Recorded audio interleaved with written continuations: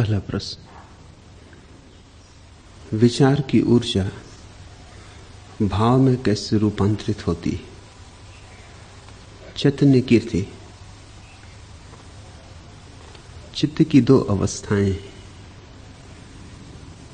एक आंदोलित, तरंगायित, चंचल, वही विचार है। दूसरी शांत, तरंग शून्य, मौन, स्थिर, वही भाव समाधि है। जैसे झील तरंगों से भरी हो तो विचार, और झील शांत हो, निस्तरंग हो तो भाव। चित्त दोनों अवस्थाओं में हो सकता है। साधारणतः चित्त विचार की अवस्था में है, क्योंकि वासना की हवाएं बह रही। झील तरंगित होती है हवाओं के कारण। हवाओं के थपेड़े झील को डमाडोल कर जाते। ऐसे ही चित्त तरंगित होता है वासना की हवाओं के कारण। यह पाऊं, वह पाऊं, ऐसा हो जाऊं, वैसा हो जाऊं। वह जो भीतर निरंतर कुछ होने की, कुछ पाने की तीव्र ज्वाला जल रही है, वही तरंगित करती है। जैसे ही वासना चली जाती, हवाएं बंद हो गई, झील शांत हो गई, भाव संभल गया। इसलिए समस्त ज्ञानियों ने कहा है, वासना को समझ लो, सब समझ में आ जाएगा। क्योंकि जिसने वासना को समझ लिया, उसने अपने भीतर विक्षिप्तता के पैदा होने का मूल कारण समझ लिया। और जिससे समझ में आ गया मूल कारण, वह उसे फिर सहयोग नहीं देगा। कौन पागल होना चाहता है? कौन विचार की उधेड़बुन आपाधापी में पड़ा रहना चाहता है? कौन झेलना चाहता है रोग विचार का? विचार रोग है, क्योंकि निरंतर बेचैनी, अशांति, तनाव। विचार संताप है। विचार के कारण ही तो आनंद नहीं अनुभव हो रहा है। आनंद अनुभव हो जाए उसी क्षण, जिस क्षण विचार विदा हो जाए। और विचार तब तक विदा ना होगा जब तक वासना की हवाएं बहती। तुम पूछते हो विचार की ऊर्जा भाव में कैसे रूपांतरित होती? वासना को समझो। तुम जो हो उससे ही राजी हो जाओ। वासना विदा हो गई। तुम जैसे हो उससे ही संतुष्ट हो जाओ। और की मांग ना हो। जो है परम आह्लादकारी है। जैसा है उससे भिन्न होने की कोई आवश्यकता नहीं। तो इसी क्षण देखो कहां गए विचार। भाव संभल गया। धीरे धीरे भाव का रस अनुभव होगा। और जब भाव का रस अनुभव होगा तो कौन विचार में जाना चाहेगा? जिससे फूलों से संबंध जुड़ने लगा, वह फिर कांटों की तलाश नहीं करता। लेकिन ये पूरा समाज, ये भीड़, ये लोग तुम्हारे भीतर वासना को उत्तेजित करते। बचपन से ही वासना की दीक्षा दी जाती, महत्वाकांक्षा सिखाई जाती। बाप भी चाहता है बेटा कुछ हो जाए, धन कमाए, पद कमाए, यश, प्रतिष्ठा, घर का नाम, कुल का नाम उजागर करे। पकड़ाई तुमने वासना। छोटे छोटे बच्चे जिन्हें हम स्कूल भेजते, हम वासना की दीक्षा लेने भेज रहे हैं। 25 वर्ष, जीवन का 1/3 हिस्सा हम लोगों को महत्वाकांक्षा सिखाते।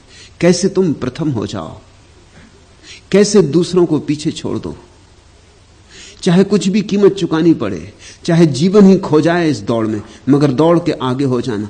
मरना तो आगे जाके मरना, पीछे मत रह जाना। जीसस के वचन पर विचार करो, धन्य भागी हैं वे जो अंतिम हैं, क्योंकि वे ही मेरे प्रभु के राज्य में प्रथम होंगे। और जो प्रथम हैं वे अंतिम पड़ जाएंगे। महत्वाकांक्षी प्रभु के राज्य से जुड़ेगा कैसे? उसने तो नरक से अपना नाता बना लिया।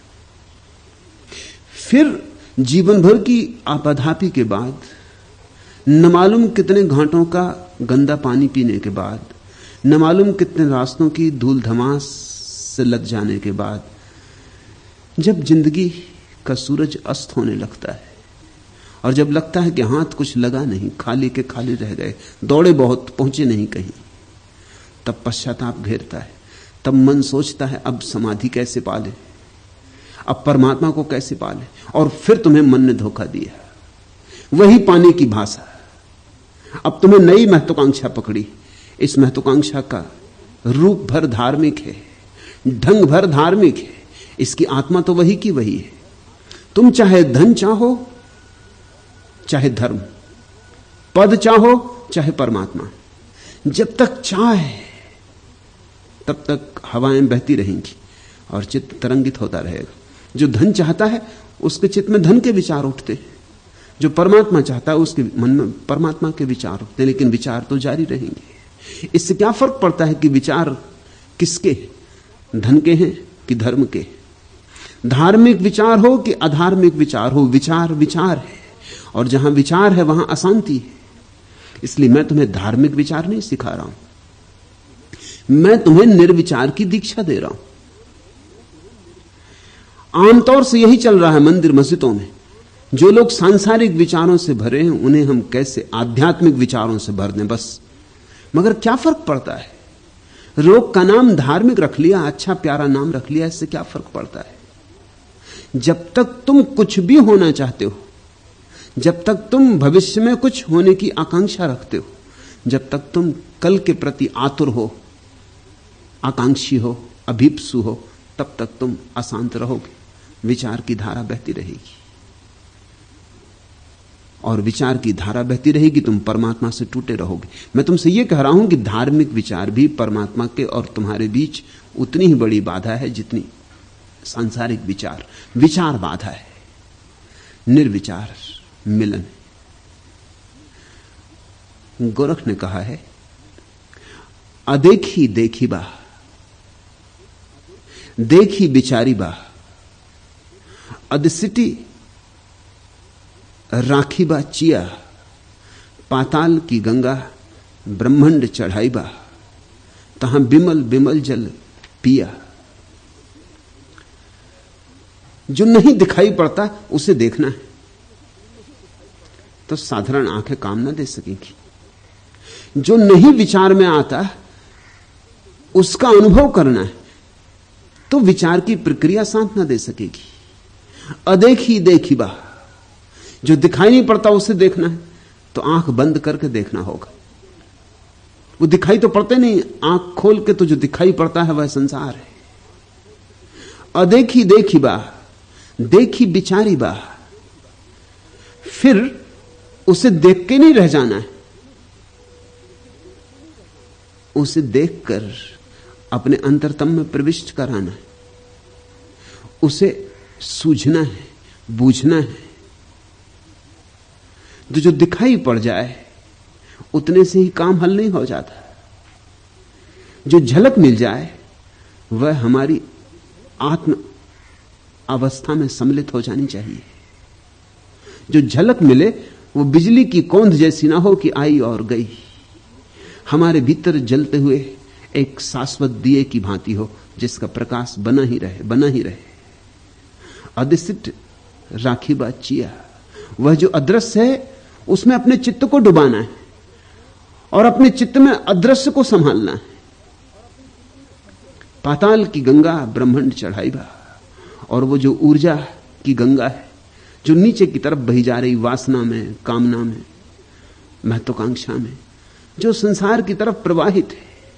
पाताल की गंगा ब्रह्मांड चढ़ाई बा, वह जो नीचे की तरफ जा रही, पाताल की तरफ, नरक की तरफ, उसे ऊपर की तरफ ले जाना, उसे ऊर्ध्व गमन देना है। तहां बिमल बिमल जल पिया, और एक बार तुम चढ़ने लगे ऊपर की तरफ, ऊर्ध्वगामी हुए, ऊर्ध्व रेतस कि फिर खूब बिमल रस, फिर अमृत रस को पियो। परमात्मा को बैठ जाने दो हृदय में, तुम बैठ जाओ परमात्मा के हृदय में, फिर पियो खूब अमृत रस। परमात्मा हृदय में बैठता ही तब है जब चित्त निस्तरंग होता है। ऐसा ही समझो झील है, पूर्णिमा की रात है, आकाश में बड़ा प्यारा चांद है, बड़ा सुंदर समय है, लेकिन झील तरंगित है, तो चांद का प्रतिबिंब झील में नहीं बैठ पाता, टूट टूट जाता है, बिखर बिखर जाता है, बनाओ बनाओ और बिखर जाता है। पूरे झील पर चांद के टुकड़े टुकड़े फैल जाते, चांदी फैल जाती झील पर, मगर चांद का प्रतिबिंब नहीं बन पाता।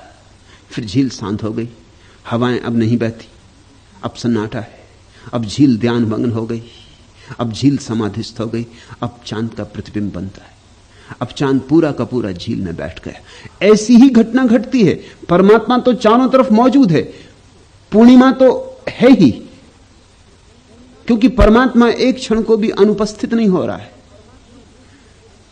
पूरा चांद निकला ही हुआ है, सिर्फ तुम्हारे चित्त की झील तरंगित है, तो तुम्हारे भीतर परमात्मा का प्रतिबिंब नहीं बन पाता, तुम उसे अपने भीतर नहीं संभाल पाते, वह तुम्हारे गर्भ में प्रविष्ट नहीं हो पाता, टूट टूट जाता है, बिखर बिखर जाता है, पारे की तरह छिटक छिटक जाता है। जितनी मुट्ठी बांधते हो उतनी मुश्किल होती जाती। भाव की अवस्था का अर्थ होता है चित्त निर्मल हुआ, शांत हुआ, अब नहीं बहती वासना की तरंगे, अब न कुछ पाना है न कुछ होना है, बैठ रहे चुप मौन। इस विश्राम की अवस्था में तत्क्षण जो मौजूद था वो भीतर झलकने लगता है। चांद बाहर ही नहीं होता, फिर चांद भीतर भी आ जाता है। और तब पियो खूब बिमल बिमल रस पिया, यहां ही आछे यहां ही अलोप, यहां ही रचिले तीन त्रिलोक, आछे संगे रहे जुबा, ता कारणी अनंत सिद्धा जोगेश्वर हुआ। गोरख कहते हैं अनंत साधकों ने, खोजने वालों ने इस तरह सिद्धि पाई, इस तरह सिद्ध योगेश्वर हुए। किस तरह? यहां ही आछे यहां ही अलोप, जिसे तुम खोज रहे हो वो यहीं छिपा है। कहां जाते हो? यहां ही आछे यहां ही अलोप। वो जिसे तुम खोजने दूर दूर की यात्रा करते हो, काशी और कैलाश, कुरान और पुराण, और जिसको तुम पत्थरों में पूछते हो और शब्दों में तलाशते हो, वह बिल्कुल मौजूद है अभी तुम्हारी श्वास श्वास में, तुम्हारी आंख के सामने। तुम कहीं भी आंख फेरो वही मौजूद है। यहां ही आछे यहां ही अलोप, यही मौजूद है और यही छिपा है। और छिपा है इसका यह अर्थ नहीं कि तुमसे छिपने की कोशिश कर रहा है, छिपा है इसलिए, अलोप है इसलिए क्योंकि तुम्हारी आंखों पर विचार का पर्दा पड़ा है। तुम अपने विचारों से भरे हो, देखने की सुविधा कहां है? तुम तरंगायत हो। यहां ही रच ले तीन त्रिलोक। कहां की तुम बातें कर रहे हो कि और कहीं आगे कोई लोक है?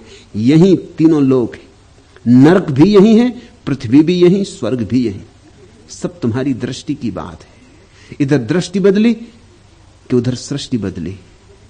जो आदमी विचार में जी रहा है वह नरक में जी रहा है, जो आदमी भाव में जी रहा है वह स्वर्ग में जी रहा है, जो दोनों के मध्य में अटका है वह पृथ्वी पर।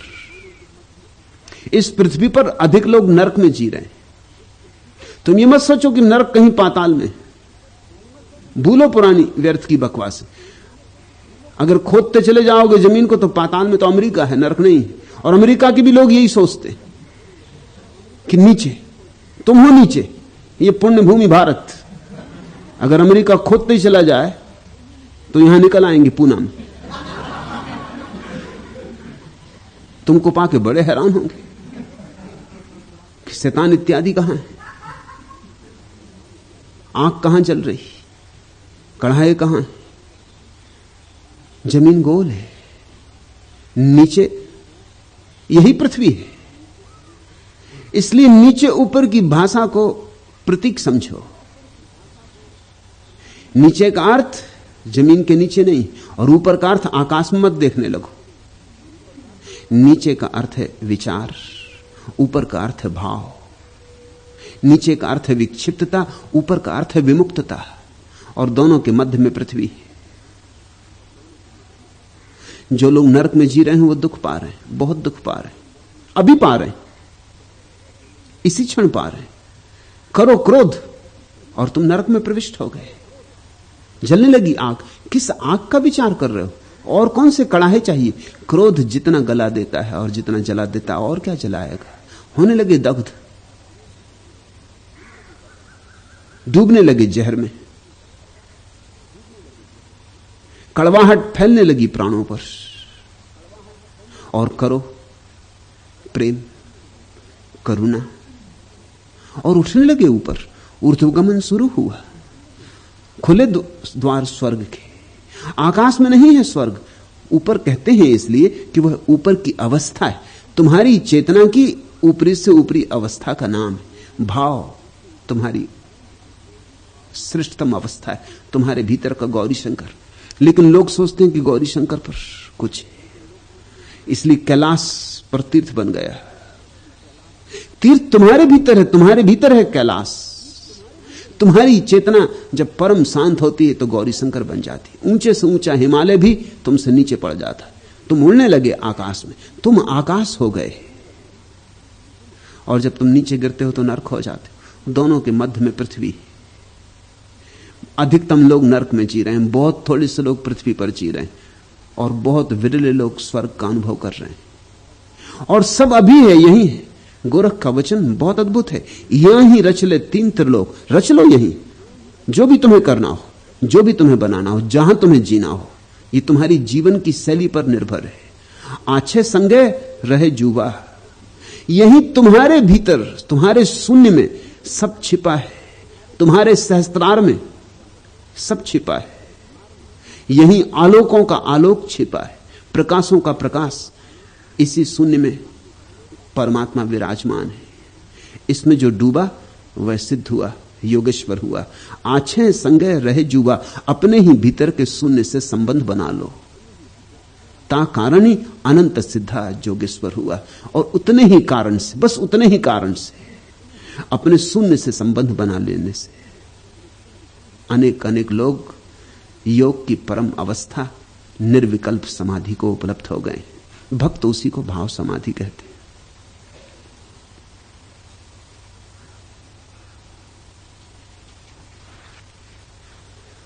दूसरा प्रश्न, मैं प्रभु से कुछ मांगना चाहता हूं, क्या मांगू? मांगने की बात शोभा की बात नहीं। प्रभु के द्वार पर भिख मंगे हो के मत जाना। बिन मांगे मोती मिले, मांगे मिले न चून। और ऐसा नहीं कि नहीं मिलेगा, मगर नहीं मांगने वाले को मिलता है। मांगने वाले लौटा दिए जाते। मंगनों का कौन स्वागत करता है? परमात्मा के द्वार के पहरेदार कह देते हैं आगे बढ़ो। मांगने वालों से लोग परेशान हैं। एक यहूदी मरा, जिंदगी भर प्रार्थना में ही समय बिताया। खूब चिल्ला चिल्ला के प्रार्थना करता था सिनागॉग में जाकर। रात सोता तो भी चिल्ला के प्रार्थना करता, नींद खुल जाती बीच में तो भी चिल्ला के प्रार्थना करता। सुन ले परमात्मा। उसके सामने ही एक नास्तिक था जिसने कभी प्रार्थना ना की और कभी मंदिर ना गया। सोचता था यहूदी दिल में, धार्मिक था, सोचता था कि बच्चों कर लो 2-4 दिन मजा और फिर पड़ोगे नरक में, फिर भुगतोगे। और प्रसन्न होता था, हम होंगे स्वर्ग में, इतनी की है प्रार्थनाएं, इतना पुण्य कमाया, तुम पड़े होगे नरक में। अभी कर लो 4 दिन मजा मौज, बजा लो खूब बांसुरी। मगर ये 4 दिन की चांदनी है, फिर अंधेरी रात। ऐसा मन ही मन में सोचता और जोर से प्रार्थना करता। प्रार्थना में अपने लिए तो स्वर्ग मांगता ही था, साथ में सामने रहने वाले नास्तिक के लिए नरक भी मांगता था। संयोग की बात, दोनों एक ही दिन मरे।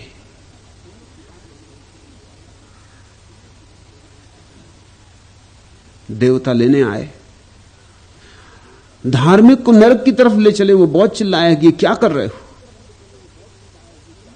और अधार्मिक को स्वर्ग की तरफ ले चले। उसने कहा यह अन्याय हो रहा है, जिंदगी भर मेरे साथ अन्याय हुआ और अब भी अन्याय हो रहा है। तब भी मैं परेशान रहा, मगर मैंने सब तरह से धीरज रखा कि कोई बात नहीं, झेलने 4 दिन की परेशानी, फिर तो स्वर्ग है। और इस भोगी को तुम स्वर्ग ले जा रहे हो। जरूर कुछ भूल चूक हो गई, आज्ञा लाए होगे मुझे स्वर्ग ले जाने की, तुम्हारी चिट्ठी तो देखें, ले चले उसे, कुछ भूल हो रही तुमसे।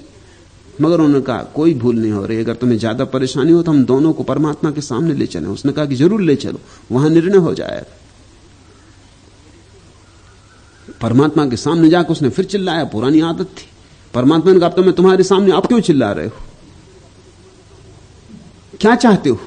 उसने कहा कुछ भूल हो गई, ले जाना है मुझे स्वर्ग में और ले जा रहे हैं इस दुष्ट को, और ये तो भोगी है, और ये तो जिंदगी भर गलत काम करता रहा, प्रार्थना इसने कभी की नहीं, मैं सदा प्रार्थना करता रहा, मुझे नरक क्यों ले जाया जा रहा? परमात्मा ने कहा तेरी प्रार्थनाओं के कारण तू मेरा सिर खा गए, अब तुझे यहां स्वर्ग में बसा के और अपनी जान की मुसीबत लेनी, बला लेनी, तेरी प्रार्थनाओं का यह फल है। इस आदमी को बसा रहा हूं इसलिए कि यह बांसुरी बजाता है, राग रंग में रहता है, इस स्वर्ग में थोड़ी सी रौनक आएगी, तेरे बसाने से तो कोई रौनक आएगी नहीं, थोड़ी बहुत है वो भी चली जाएगी।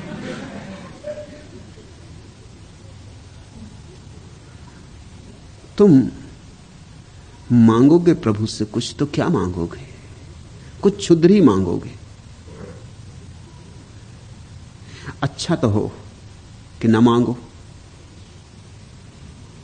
अगर न मांगने की क्षमता जुटा सको तो श्रेष्ठतम। अगर मांगना ही हो तो सिर्फ प्रभु को मांगो और कुछ ना मांगो।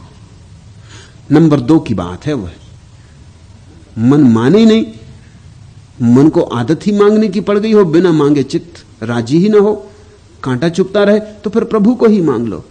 रहीम ने कहा है, कहा करो बैकुंठ ले कल्प वृक्ष की छां, रहीमन ढाक सुहावनो जोगल पीतम बाह। क्या करूंगा लेकर तुम्हारा बैकुंठ, और क्या करूंगा कल्प वृक्ष की छाएं। रहीमन ढाक सुहावनो, ये ढाक का कुरूप सा वृक्ष भी खूब सुहावना है, बस एक काम हो जाए, जोगल पीतम बाह, तुम्हारे गले में मेरा हाथ हो, मेरे गले में तुम्हारा हाथ हो, फिर इसी ढाक के नीचे स्वर्ग बस गया। फिर क्या करेंगे कल्प वृक्ष और बैकुंठ का, फिर यही बैकुंठ है। तो अगर मांगना ही हो तो उसे मांगो, बस उससे ज्यादा कुछ ना मांगना। अगर मांगना ही हो तो इतना मांगो कि मुझे अपात्र को स्वीकार कर लो। अगर मांगना ही हो तो इतना ही कि मुझे शरण दे दो, कि मेरा समर्पण स्वीकार हो अस्वीकार ना हो। जिससे प्रेमी प्रेसी से मांगता है या प्रेसी प्रेमी से मांगती है। परमात्मा के द्वार पर प्रेमी की तरह जाओ, भिखमंगे की तरह नहीं। माननी सब कुछ निछावर चरण पर तेरे, वरण कर पुण्यतम क्षण। खोल दे निज नयन पाटल, युग युगों से स्निग्ध उर्तल। वेदना बन जाए यमुना, एक सुधि की सांस से गल। रागनी सुरलय निछावर भजन पर तेरे, ध्वनन कर पुण्यतम क्षण है, वरण कर पुण्यतम क्षण है। आज बंदी सा बना है धड़कनों की आह का स्वर, अधर का संगीत खोया कहरती सी है लहर। मादनी मन प्राण नूपुर झनन पर तेरे, किरण कर पुण्यतम क्षण है, वरण कर पुण्यतम क्षण है। आज स्वप्निल सा पुरातन, एक अभिनव मधुर नूतन। विगत आगत सब मिले, थिरकन भरे तेरे सुकंकण। रंगनी मृदुनेह अर्पित मिलन पर तेरे, सृजन कर पुण्यतम क्षण है। माननी सब कुछ निछावर चरण पर तेरे, वरण कर पुण्यतम क्षण है। जैसे कोई प्रेमी अपनी प्रेसी के चरणों पर सब रख दे, जैसे कोई प्रेसी अपने प्रेमी के चरणों पर सब रख दे, ऐसा परमात्मा से संबंध जोड़ो। लेने देने का नहीं, दांव पैंच का नहीं, आकांक्षाओं अभिप्साओं का नहीं। मांगो मत, मांगने से प्रार्थना गंदी हो जाती। प्रार्थना को मुक्त रहने दो।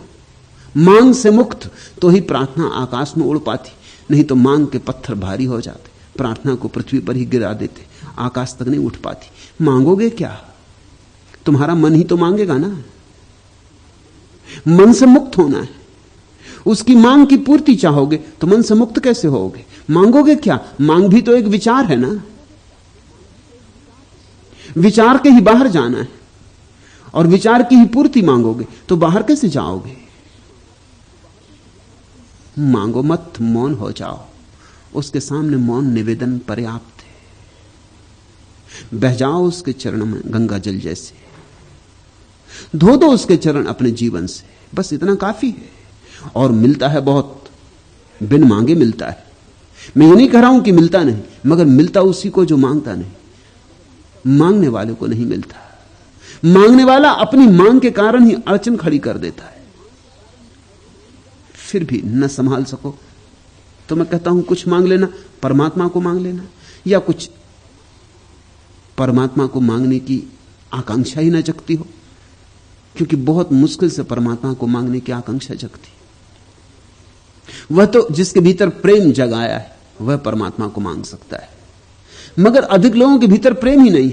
वो धन मांग सकते हैं, पद मांग सकते हैं, प्रतिष्ठा मांग सकते हैं, इस तरह की बातें, लंबी उम्र मांग सकते हैं, स्वास्थ्य मांग सकते हैं, इस तरह की चीजें ही मांग सकते हैं। अगर तुम्हारे भीतर प्रेम हो तो परमात्मा को मांग लेना। अगर ध्यान हो तो कुछ मांगना ही मत। ध्यान तो ऊंचे से ऊंचा शिखर है, कुछ मांगना ही मत। चुप रह जाना, मौन अवाक उसके समक्ष, आश्चर्य विमुग्ध, रहस्यलीन, लवलीन, तल्लीन। मिलेगा बहुत, पूरा परमात्मा बरस पड़ेगा तुम पर। उसके आशीष ही आशीष फूलों की तरह तुम्हें लबालब भर देंगे। लेकिन अगर मौन रहने की क्षमता भी ना हो और कुछ ना कुछ तरंग उठती ही हो तो फिर परमात्मा को मांगना। वह प्रेमी की तरंग है, वह नंबर 2 है। और अगर अभी प्रेम भी ना जगा हो तो फिर तीसरा सुझाव है, मुस्कुराता हुआ दीप में बन सकूं, स्नेह इतना हृदय में भरो आज तुम। मोतियों से नरीती रहे आंखें, रागनी कंठ में खो न जाए कहीं। भय मुझे है तिमिर की घनी छाह में, ज्योति धुंधली स्वयं हो न जाए कहीं। जिंदगी में खिंची है परिधि मौत की, डगमगाता हुआ हर कदम चल रहा। एक पल की मनुज की हंसी को यहां डबडबाता हुआ हर नैन छल रहा। चांदनी सा मधुरहास बिखरा सकूं, प्राण उल्लास इतना भरो आज तुम। मुस्कुराता हुआ दीप में बन सकूं, स्नेह इतना हृदय में भरो आज तुम। फूल कुछ झर रहे हैं धरा पर अरे, नव कली का न घूंघट हटाओ अभी। हंस सके साथ ही मुस्कुरा घूमकर, डाल के फूल यूं मुस्कुराओ अभी। आवरण रश्मिका फूल पर डाल दो, नव कली के नैन मुस्कुरा तो सके। हो नए राग का ही सृजन कुछ घड़ी, मुक्त मन से अधर गुनगुना तो सके। मैं गरल पी सकूं गीत गागा यहां, जीभ पर बूंद मधु की धरो आज तुम। मुस्कुराता हुआ दीप में बन सकूं, स्नेह इतना हृदय में भरो आज तुम। तो पहला, मांगना ही मत कुछ, वह ध्यान, वह भाव, वह निर्विचार दशा। 2, मांगो तो प्रभु को मांगना, तुम स्वीकृत हो सको ऐसी अनुकंपा मांगना। लेकिन उतना प्रेम ना जगाओ तो इतना ही मांगना कि मेरा हृदय प्रेम से भर जाए। मुस्कुराता हुआ दीप में बन सकूं, स्नेह इतना हृदय में भरो आज तुम। मैं गरल पी सकूं गीत गागा यहां, जीभ पर बूंद मधु की धरो आज तुम। इससे नीचे मत गिरना। इससे नीचे गए तो प्रार्थना बिल्कुल ही भ्रष्ट हो गई, प्रार्थना ही ना रही।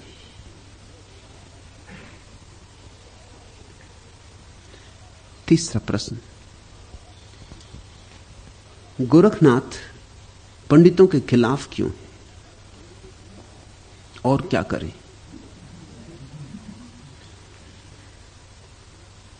पंडित का अर्थ होता है पढ़ा लिखा तोता। राम नाम जप लेता है तोता, इससे राम नाम उसके हृदय में थोड़ी होता है। गीता भी दोहरा सकता है, गायत्री भी पढ़ सकता है, कुरान की आयत भी कंठस्थ कर सकता है, लेकिन उससे उसका प्राण थोड़ी भीगता है। पत्थर की तरह पड़ा रहेगा नदी में, मगर भीगेगा थोड़ी। तोता राम राम भी जपे तो तुम सोचते हो उसके प्राण में राम नाम है। ऐसी ही दशा पंडित की है। पंडित खुद धोखा खा रहा है, दूसरों को धोखा दे रहा है। अनुभव तो कुछ नहीं हुआ, प्राणों में कोई स्वाद नहीं उतरा, कोई मधु बूंद नहीं झड़ी, कोई फूल नहीं खिला, लेकिन उधार बातें कंठस्थ हो गई हैं, उन्हें दोहरा रहा है और दोहरा दोहरा के अकड़ रहा है। गोरखनाथ ने ही विरोध नहीं किया, समस्त ज्ञानियों ने विरोध किया है, क्योंकि पांडित्य ज्ञान का दुश्मन है। पांडित्य ज्ञान का धोखा है, प्रवंचना है, विडंबना है। पांडित्य से कोई ज्ञानी नहीं होता, सिर्फ अज्ञान ढक जाता है, अज्ञान मिटता नहीं। जैसे दिए की बात करने से अंधेरा नहीं मिटता, ऐसे ही ब्रह्म की चर्चा से कोई अंतर ज्योति नहीं जग जाती। न तो भोजन की चर्चा से भूख मिटती है,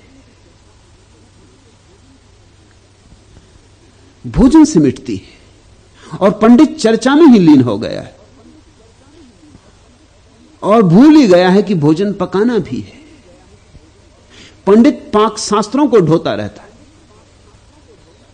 1000 पाक शास्त्र रखे हों तो भी एक रूखी सूखी रोटी से उनका ज्यादा मूल्य नहीं है, कम ही मूल्य है, क्योंकि रूखी सूखी रोटी पेट भरेगी, मांस मज्जा बनेगी।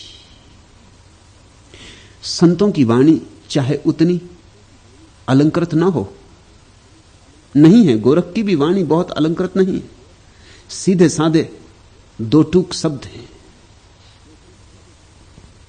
साफ सुथरे, आभूषणों से लदे नहीं।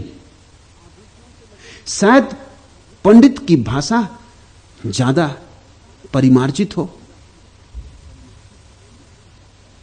सुसंस्कृत हो। संस्कृत शब्द का अर्थ ही होता है परिमार्जित। तुम ये जान के हैरान होगे कि बुद्ध लोक भाषा में बोले, महावीर लोक भाषा में बोले, गोरख लोक भाषा में बोले, कबीर, नानक, दादू लोक भाषा में बोले, किसी ने संस्कृत का उपयोग नहीं किया। कारण साफ है, संस्कृत अब सिर्फ पंडितों की भाषा रह गई थी। अब संस्कृत लोगों के जीवन से संबंधित ही नहीं थी। अब तो पंडित चालबाजी के कारण संस्कृत का उपयोग कर रहा था। चालबाजी क्या है? उस भाषा का उपयोग करो जिसको लोग ना समझते हो। तुम जब ऐसी भाषा का उपयोग करोगे जिससे लोग नहीं समझते, तो लोगों को कभी पता नहीं चलेगा कि तुम जानते भी हो कि नहीं। तुम उल जलूल बकते रहो, तुम व्यर्थ की बकवास करते रहो, और लोग बड़ी श्रद्धा से सुनेंगे। उनकी समझ में नहीं आ रहा, और जब लोगों की समझ में नहीं आता तो वो सोचते हैं जरूर कोई बड़ी गहन गंभीर बात कही जा रही होगी, इसलिए समझ में नहीं आ रही। सत्य सीधा साफ होता रहा, सीधा, अत्यंत सीधा होता है, एकदम समझ में आ जाता है। सत्य को समझने के लिए बहुत दांव पेंच नहीं लगाने पड़ते। असत्य बहुत जटिल होता है।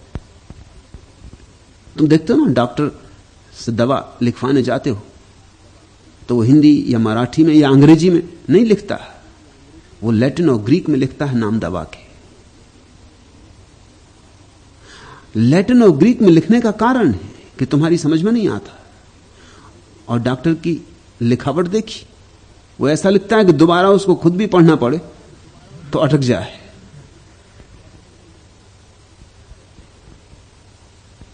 मुल्ला नसरुद्दीन अपने गांव में अकेला पढ़ा लिखा आदमी, एक ग्रामीण उससे पत्र लिखवाने आया। मुल्ला ने कहा कि नहीं लिख सकूंगा, आज नहीं लिख सकूंगा, कम से कम 8 दिन नहीं लिख सकूंगा, मेरे अंगूठे में बहुत दर्द है, पैर के अंगूठे में बहुत दर्द है। उस आदमी ने कहा, मुल्ला होश की बातें करो, पैर के अंगूठे की जरूरत ही क्या है, पत्र हाथ से लिखना है। मुल्ला ने कहा, तुम समझते नहीं जी, बीच में मत बोलो, लिख तो मैं दूंगा, फिर पढ़ने कौन जाएगा? मेरा लिखा मैं ही पढ़ सकता हूं, और कभी कभी तो मैं ही अटक जाता हूं। ऐसा भी हुआ, एक दिन एक आदमी पत्र लिखवाने आया। अब ये बड़ी मजे की बात हुई, पहले पत्र लिख देगा, पत्र जाएगा, फिर दूसरे गांव पढ़ने जाएगा उसको, क्योंकि दूसरा कोई पढ़ नहीं सकता। एक आदमी पत्र लिखवा रहा था, सारा पत्र लिखवाने के बाद अपनी प्रेसी को पत्र लिखवा रहा था। लंबा पत्र लिखवाने के बाद उसने कहा कि नसरुद्दीन अब एक बार पूरा पढ़ दो कि मेरा दिल तृप्त हो जाए कि जो लिखवाना था लिखवा दियो। नसरुद्दीन का ये मुसीबत की बात हुई।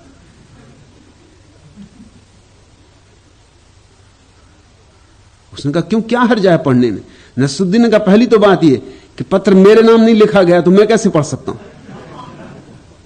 ग्रामीण ने कहा यह बात तो कानून की, ये बात जस्ती, पत्र तो हाँ ठीक कह रहे हो, पत्र तुम्हारे नाम तो लिखा ही नहीं, तो तुम पढ़ कैसे सकते? मुल्ला ने कहा समझे, एक तो पत्र मेरे नाम लिखा नहीं गया है और फिर हम क्यों फिक्र करें, ये तो उनकी चिंता है जिनके नाम लिखा गया, वो समझे, पढ़ सके पढ़ लें, ना पढ़ सके ना पढ़े।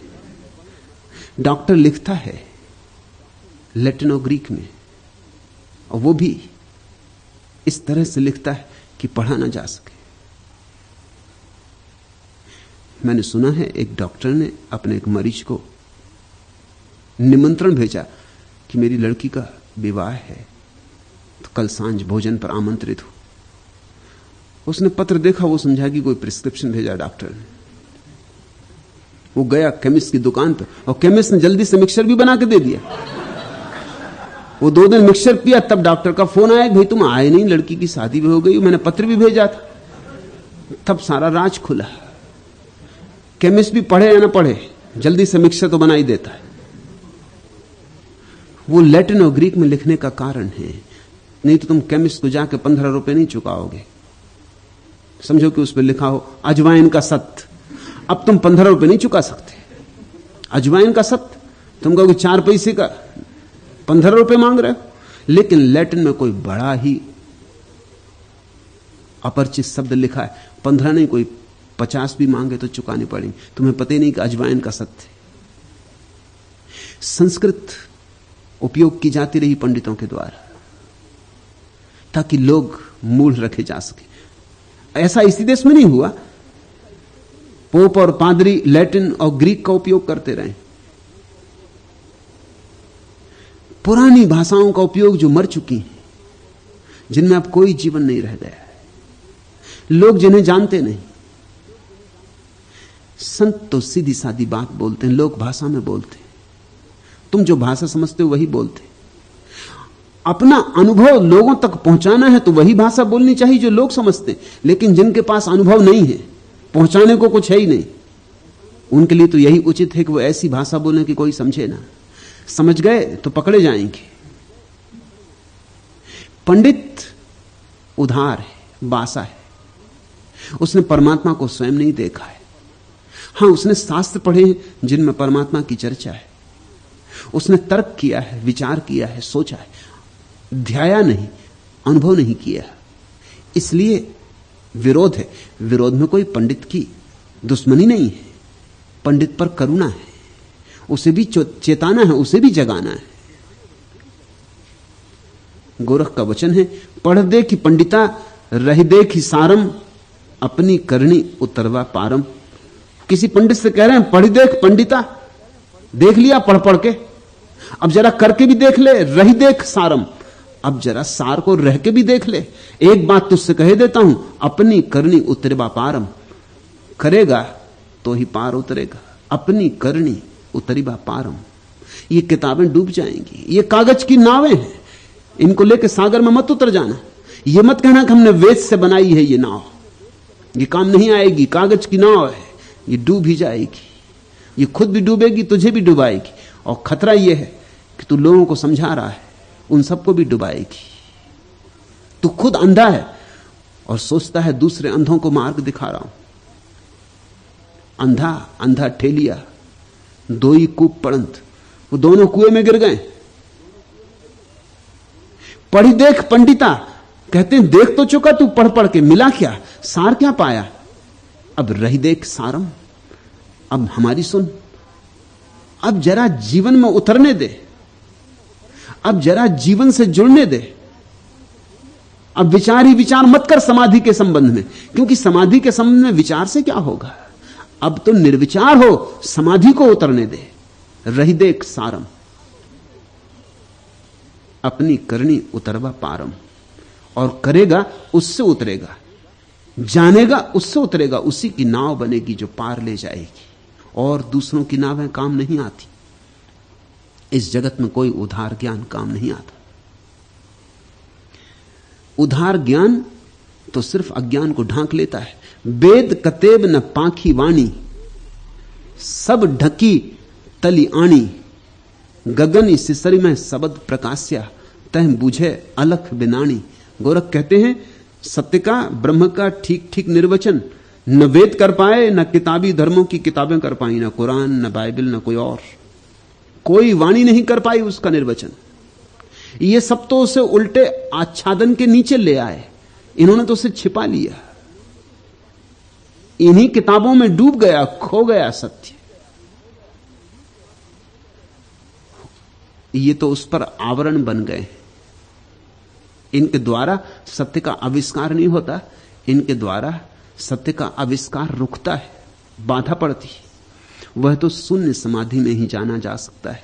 वहीं बुझो तय बुझे अलख बिनानी।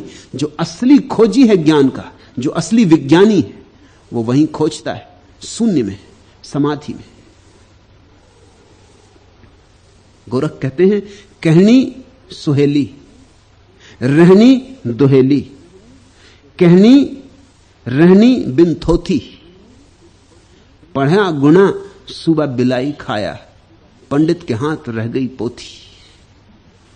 कहनी सुहेली, कहना बहुत सरल है, रहनी दुहेली, रहना बहुत कठिन है। कहनी रहनी बिन थोथी, और जो तुम कहते हो बिना रहे, बिना जिए, बिना अनुभव से, वह बिल्कुल थोथी बकवास है। पढ़ा गुना सुबह बिलाई खाया, तुम क्या सोचते हो कि बिल्ली पढ़े लिखे सुए को छोड़ देगी? इसलिए कि राम राम जप रहा है सुआ, कि छोड़ो, भगत जी हैं, देखो कैसा राम राम जप रहे हैं, किसी राम राम की चदरिया पहने बैठे। छोड़ो भी, भगत को तो छोड़ो, लेकिन बिल्ली छोड़ेगी नहीं। बिल्ली जानती है कि जपते रहो राम राम, पहने रहो चदरिया, इससे क्या फर्क पड़ता, हो तो तोते ही। बिल्ली छोड़ेगी नहीं। पढ़ा गुना सुबह बिलाई खाया, बिल्ली तो पढ़े लिखे सुए को भी खा जाती। ऐसे ही मौत तुम्हें खा जाएगी, मौत बिल्ली की तरह आएगी, और तुम पढ़े लिखे तोते हो, इससे ज्यादा कुछ भी नहीं हो। तुम खाए जाओगे, मौत तुम्हें छोड़ नहीं देगी। पंडित के हाथ रह गई पोथी, और जब बिल्ली हमला करेगी, मौत जब तुम्हारी गर्दन दबाएगी, तब हाथ में सिर्फ पोथी रह जाएगी, बिल्कुल थोथी। पंडित के हाथ रह गई पोथी, कुछ और नहीं रहेगा, सब भूल जाएगा, सब पढ़ा गुना व्यर्थ हो जाएगा। मौत जब हमला करती, तब तो जो जाना है वही काम आएगा। जिसने जाना है वो मौत को देख के हंसेगा। मंसूर हंसा था जोर से।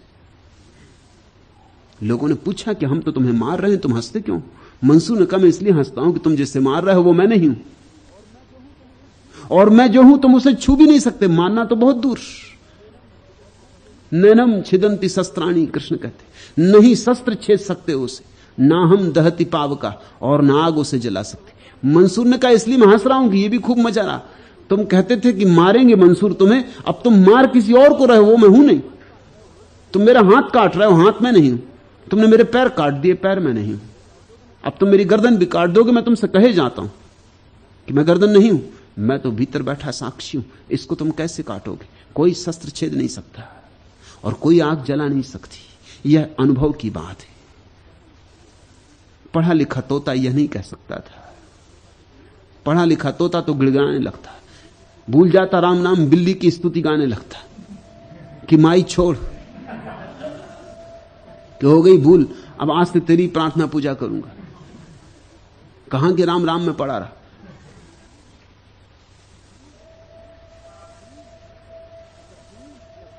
कथनी कथे सुशिष बोलिए, वेद पढ़े सो नाथी, रहनी रहे सो गुरु हमारा, हम रहता का साथी। कहते गोरख कथनी कथे सुशिष बोलिए। जिसने सिर्फ सुनी सुनाई बातें कह रहा है वो तो विद्यार्थी है, ज्ञानी नहीं है। ज्यादा से ज्यादा विद्यार्थी, ठीक है, पढ़ रहा लिख रहा है। कथनी कथे सुशिष बोलिए, वेद पढ़े सो नाथी। और यह कथनी भी अगर उसने किसी गुरु से सुनी हो और बोल रहा हो तो ही शिष्य है, तो विद्यार्थी का दर्जा है उसका। और अगर यह भी कुछ मरे गुरुओं की कहीं पुराने कब्रों को खोद के वेदों में से निकाल लाया हो, तब तो शिष्य भी नहीं, और भी गया बीता है, तो और भी नीचे रखो। सो वेद पढ़े सो नाती, शिष्य तो बेटा है। शिष्य का मतलब जो सदगुरु के पास से सुन के दोहरा रहा है। माना कि अभी उसने स्वयं नहीं जाना है, लेकिन जानने वाले स्रोत के निकट है, स्रोत से बहुत दूर नहीं। जिससे कोई गोरख के पास बैठ के सुने और दोहराए, तो गोरख कहते हैं ये विद्यार्थी है, ये मेरा बेटा, ये आज नहीं कल मुझ में लीन हो जाएगा। स्रोत के पास है, छूट नहीं पाएगा, भाग नहीं पाएगा। चलो अभी दोहराता है, दोहराने दो, धीरे धीरे पकड़ में आ जाएगा। पहुंचा तो पकड़ ही लिया है, जल्दी हाथ भी पकड़ लिया जाएगा। इसकी बुद्धि तो पकड़ में आ गई, जल्दी ही इसका भाव भी पकड़ में आ जाएगा, हृदय पर भी हाथ पहुंच जाएंगे। लेकिन जो वेद की दोहरा रहा हो, किताबों में से पढ़ा हो, सदगुरु के पास भी ना हो, जीवंत गुरु के पास भी ना हो, वो तो और भी गया बीता, वो तो बेटा भी नहीं, वो तो नाती समझो। वेद पढ़े सो नाती, वो तो और दूर हो गया ना, उससे नाता दूर का हो गया। रहनी रहे सो गुरु हमारा। और गोरख कहते हैं जो रह रहा हो स्वयं वह गुरु है, उसे तो हम गुरु भाव से पूछते हैं। रहनी रहे सो गुरु हमारा, हम रहता का साथी, और हम तो उसके ही साथी हैं, उसके ही संगी हैं, जो जी रहा है सत्य को, जैसा है वैसा ही जी रहा है, जो नग्न सत्य को जी रहा है। फिर चाहे कितनी ही अड़चन हो, कितनी ही बाधा आए, सूली लगे कि सिंहासन मिले, अंतर नहीं है उससे, सत्य को जी रहा है। निंदा आए, अपमान आए कि प्रशंसा, सफलता की विफलता, कोई भेद नहीं पड़ता, जो सत्य को जिए जा रहा है। हम रहता का साथी, रहता हमारा गुरु बोलिए, हम रहता का चेला।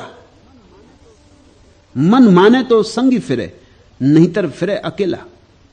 गोरख स्वातंत्र के पक्षपाती है।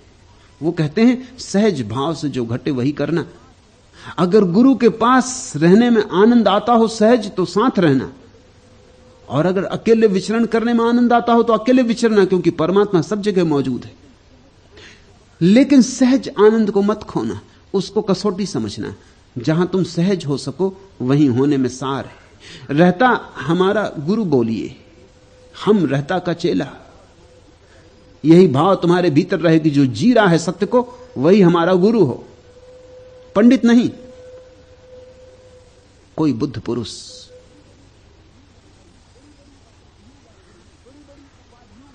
बड़ी बड़ी उपाधियों वाला नहीं, गहरी समाधि वाला।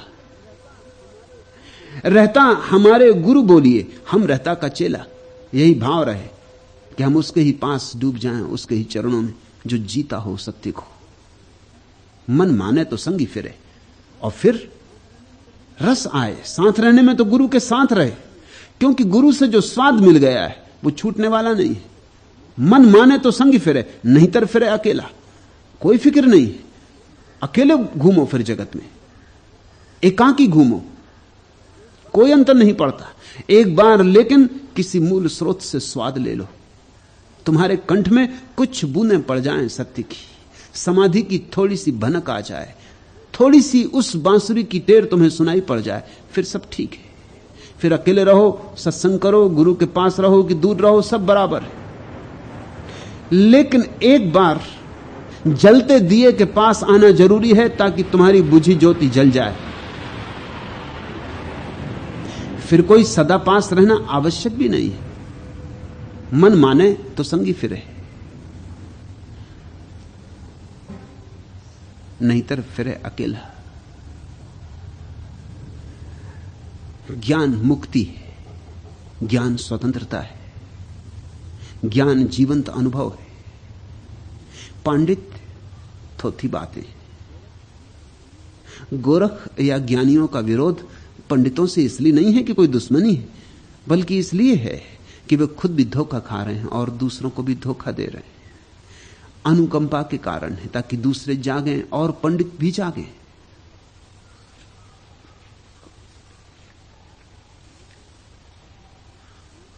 चौथा प्रश्न, एक और आप कहते हैं कि जो भी करो उसे समग्रता से करो, और दूसरी ओर कहते हैं कि किसी चीज की अति मत करो, मध्य में रहो। क्या इस विरोधाभास को दूर करने की अनुकंपा करेंगे? आनंद मैत्रेय, विरोधाभास नहीं है, थोड़ा समग्रता शब्द पर विचार करो, कुछ और शब्द इस सिलसिले में सोचो। संतुलन, समाधि, समन्वय, सम्यक्त, समता, संबोधि, संवेद, समग्रता। इन सब का जन्म हुआ है एक छोटी सी धातु से, सम। सम का अर्थ होता है शांत। उसी से समता बनता है, उसी से समन्वय बनता है, उसी से संबोधि, उसी से समाधि। वही सम समग्रता में मौजूद है। समग्रता अति पर नहीं होती, समग्रता कभी अति नहीं होती, क्योंकि सम अवस्था तो मध्य में ही होती। तो जब मैं कहता हूं समग्रता से करो, तो मैं ये नहीं कह रहा हूं कि अतिपूर्वक करो। तुम्हें ऐसा ख्याल आ सकता है, तुम्हें लगता है कि जब हम समग्रता से करेंगे तो अति हो जाएगी। अगर अति हो गई तो समग्रता से चूक गए। समग्रता से चूकने के दो उपाय हैं, बाएं जाओ या दाएं जाओ। दोनों ही स्थिति में समग्रता से चूक गए। अब जैसे कि मैंने कहा कि भोजन समग्रता से करो और अति ना हो, इन दोनों में विरोधाभास नहीं। जो समग्रता से भोजन करेगा वो ठीक उस वक्त रुक जाएगा जब शरीर कह देगा बस, और शरीर हमेशा मध्य में बस कह देता है। ना तो भूख लगी हो तो शरीर कहेगा बस, और ना तुम अति से भरते जाओ तो शरीर चुप रहेगा, नहीं कहेगा बस। अगर तुम भूखे हो शरीर कहेगा थोड़ा और। अगर तुमने ज्यादा खाना शुरू कर दिया शरीर कहेगा बस अब नहीं, अब और नहीं। शरीर कभी अति नहीं करता, अति करता है मन। इस बात को समझने की कोशिश करो। इसलिए कोई पशु अति नहीं करता, नहीं तो पशुओं की क्या हालत होती। उनके पास तो कोई उपदेश देने वाला नहीं। उनको कोई महात्मा गांधी और इत्यादि अन्य महात्मा तो मिले हुए नहीं कि देखो ज्यादा घास मत खा जाना, कि आज उपवास कर लो, आज एकादशी। लेकिन कोई पशु तुमने देखा ज्यादा खाते? जंगल में जाकर जरा गौर करो, कोई पशु तुम्हें दिखाई पड़ता है जिसको तुम कह सको कि ये ज्यादा खा गया है? कोई पशु ऐसा दिखाई पड़ता है जो उपवास कर रहा हो? मन नहीं तो अति नहीं। पशु उतना ही लेता है जितना शरीर को जरूरी, वही लेता है जो जरूरी। तुम अपनी गाय को छोड़ दो घास से भरे मैदान में, वह वही घास चुन लेती है जो उसके शरीर को रास आता है, बाकी घास छोड़ देती। तुम बकरी को छोड़ दो जंगल में, वो अपने काम की बात चुन लेती, अपने काम की पत्तियां चुन लेती, बाकी सब छोड़ देती। कौन कह रहा है उसे कि इस पत्ती को मत खा? हरी तो ये भी दिखाई पड़ती है, स्वाद इसमें भी हो सकता है ही कुछ ना कुछ स्वाद, लेकिन नहीं। जो उसके शरीर को रास पड़ता है, जो उसकी प्रकृति के अनुकूल है, जो उसकी प्रकृति को सम अवस्था में रखता है, वही चुन लेती। ये सहज हो रहा है, मन नहीं है वहां। मन उपद्रव करता है, मन ही तुम्हें ज्यादा खिला देता है, क्योंकि मन कहता है कि हो जाए एक कचौड़ी और, स्वादिष्ट है। शरीर को सुनो तो पेट कह रहा है कि बस करो, अब कृपा करो, अब ज्यादा हो जाएगा, मगर शरीर की मन सुनने नहीं देता। और तुम्हें अक्सर समझाया गया कि शरीर तुम्हारा दुश्मन है। शरीर तुम्हारा दुश्मन नहीं, मन तुम्हारा दुश्मन। और जिनने तुम्हें समझाया कि शरीर तुम्हारा दुश्मन, उन्होंने बड़ी गलत बात समझा दी। उनके कारण मन को तो तुमने मित्र मान लिया है, शरीर को दुश्मन मान लिया है। शरीर तो सहज प्राकृतिक है, मन में है सारे विकार, सारे उपद्रव। मन सुनते नहीं, मन कहता है स्वाद थोड़ा और ले लें, हो जाए थोड़ा और, क्या फर्क पड़ता है, जरा तकलीफ होगी पेट को तो हो लेगी। पेट तो कह रहा है कि बस, लेकिन पेट की तुम सुनते नहीं। और तुम्हारे तथाकथित साधु पेट को गाली देते। समझो मन को, मन अति करवाता है। शरीर तो सदा ठीक समय पर जवाब दे देता है, वो तो 1 इंच ऊपर नहीं जाने देगा, नीचे नहीं जाने देगा। लेकिन आदमी का मन बड़े धोखेबाज है। मैंने भी सुना कि गंगा में पूर आया किसी गांव में,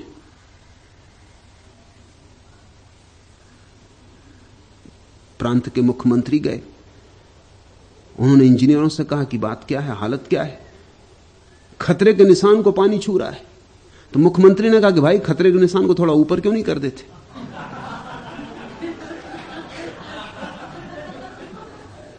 कम से कम खतरे का निशान तो न छुए। जैसे कि खतरे के निशान को ऊंचा कर देने से तुम गंगा को धोखा दे लोगे कि किसको धोखा दे रहे हो? मगर यही हो रहा है, मन यही कर रहा है। मन ऐसी ही मूढ़तापूर्ण बातें कर रहा है और मन तुमसे अति करवा देता है। वो कहता खतरे का निशान जरा ऊपर कर दो, मत सुनो शरीर की। शरीर में क्या रखा है? शरीर तो अंधा है, शरीर को बुद्धि क्या है? एक दिन ज्यादा खिला देता है मन, फिर दूसरे दिन तकलीफ होती है तो मन कहता आप उपवास करो, कि महीने में एक दिन तो उपवास करनी चाहिए, कि सप्ताह में एक दिन तो उपवास स्वास्थ्य के लिए बहुत अच्छा है, अब उपवास करो। शरीर तब भी कहता है कि भाई भूख लगी भोजन लो, तब मन कहता उपवास करो। धीरे धीरे मन की ये उल्टी सीधी गतिविधियां शरीर की सूक्ष्म संवेदना को नष्ट कर देती। फिर शरीर कुछ नहीं बोलता। जब उसकी सुनी नहीं जाती तो धीरे धीरे मूक हो जाता है। इस मूक शरीर के साथ तुम अतियां कर लेते हो। मनोवैज्ञानिकों ने प्रयोग किए हैं और बड़े हैरानी के निष्कर्ष हाथ आए। मनोवैज्ञानिकों ने प्रयोग किए हैं कि छोटे बच्चों को अगर भोजन के पास बिठा दिया जाए तो तुम सोचते हो कि वो ज्यादा खा लेंगे, तुम गलती ख्याल में हो। वो ज्यादा नहीं खाते, ज्यादा उनके मां बाप खिला देते कि और खाओ, कि खाओ, थोड़े तगड़े तड़ंग होना है, कि थोड़े मस्त तो दिखो, ये क्या हालत है, जरा और खाओ। मां बैठी है छाती पर कि और खाओ, कि थोड़ा और। बच्चा किसी तरह रो रहा है और खा रहा है। तुम देखोगे कई बच्चों को रोते, उसका शरीर कह रहा है कि नहीं, उसका शरीर कह रहा है बाहर चलो, जरा कूदो, उछलो, वृक्षों पर चढ़ो, और उसको खिलाया जा रहा है।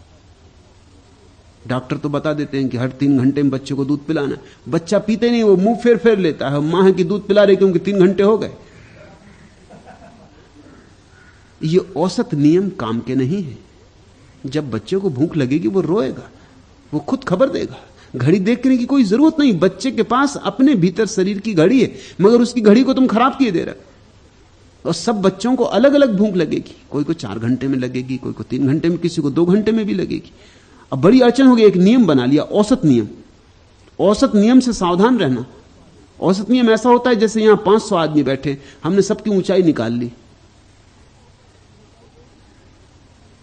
और सबकी संख्या गिन ली, सबकी ऊंचाई जोड़ ली, फिर उसमें 500 का भाग दे दिया। समझो ऊंचाई आई 4 फीट 3.5 इंच, औसत ऊंचाई। अब ये 4 फीट 3.5 इंच का कोई भी नहीं होगा यहां, शायद ही कोई हो, क्योंकि इसमें कई छोटे बच्चे हैं तो 2 फीट के, और कोई 6 फीट के सज्जन है। मगर दोनों को मिल कर दो तो 4-4 फीट औसत ऊंचाई हो गई। 4 फीट का कोई भी नहीं, ना तो 6 फीट वाला आदमी 4 फीट का है, न 2 फीट वाला बच्चा 4 फीट का है। मगर 6 फीट वाले एक आदमी और 2 फीट वाले बच्चे को जोड़ दिया, 8 फीट हो गए, 2 का भाग दे दिया, 4 फीट औसत आ गया। अब झंझट हुई। अब बच्चे को खींचो 4 फीट का करो, तब वो औसत होगा। अब 6 फीट के आदमी को काटो, या कहो जरा पैर सिकोड़ो, जरा सिर को अंदर लो, कछुए की तरह अपने अंदर करो, तुम जरा ज्यादा हो। यूनान में कथा है प्रोक्रस्टीज की। वो एक सम्राट था, वो बड़ा भयानक सम्राट था। उसके अपने हिसाब थे, बड़ा गणितज्ञ था भी प्रोक्रस्टीज। वो गणित से जीता था। उसके घर किसी का मेहमान होना, उससे लोग डरते थे, उसके घर कोई मेहमान नहीं होना चाहता था, क्योंकि उसके पास एक सोने का पलंग था, बहुमूल्य हीरे जवाहरातों से जड़ा, उसी पे सुलाता था अपने मेहमान को। और उसका साथ खतरा यह था कि अगर मेहमान लंबा हो तो वो काट देता उसके हाथ पैर, क्योंकि पलंग तो कीमती है। पलंग तो बड़ा किया नहीं जा सकता, छोटा किया नहीं जा सकता, इतनी जल्दी हो भी नहीं सकता, मगर मेहमान को तो छोटा बड़ा किया जा सकता। और अगर कोई छोटा होता पलंग से तो उसके 2 पहलवान आकर उसको खींच खींच के लंबा करने की कोशिश करते। उसके घर कोई ठहरता नहीं था। ये कहानी अर्थपूर्ण है, मगर ये सभी गणितज्ञों की कहानी है। सब बच्चों का भाग दे दिया। कोई 4 घंटे में भूख लगती, किसी को 3 घंटे में, किसी को 2 घंटे में, किसी को 2.5 घंटे में, किसी को 2.25 घंटे में, सबका भाग दे दिया। हिसाब निकाला 3 घंटे में सबको भूख लगती। अब बस 3 घंटे से बैठे प्रोक्रस्टीज। अब वो घड़ी देख रहे हैं कि 3 घंटा हो जाए, दूध पिलाओ। उसको 2 घंटे में लगती, वो 2 घंटे में रो रहा है, मगर अभी घड़ी में 3 घंटे नहीं हुए। रोते रहो बच्चों, तुम धीरे धीरे उसके शरीर की सहज संवेदना को नष्ट कर दोगे। धीरे धीरे वो भी घड़ी देखने लगेगा कि कब भूख लगती, क्योंकि घड़ी से भूख लगनी चाहिए। तुम्हारी हालत यही हो गई। अगर तुम्हें 12 बजे रोज भोजन मिलता है तो तुम देखते घड़ी में 12 बज गए कि भूख लग गई। भूख लगी हो कि ना लगी हो सकता है घड़ी रात बंद हो गई हो, 12 उसमें बजे हो रात भर से, अभी 11 ही बजे हो, मगर घड़ी में 12 बजे देख के एकदम भूख लगाती। ये भूख झूठी है। इस झूठी भूख को सुनकर तुम जो भोजन कर रहे हो वो शरीर के साथ अत्याचार है। भूख तो लगेगी, उसको घड़ी देखने की जरूरत नहीं। शरीर की अपनी भीतरी घड़ी।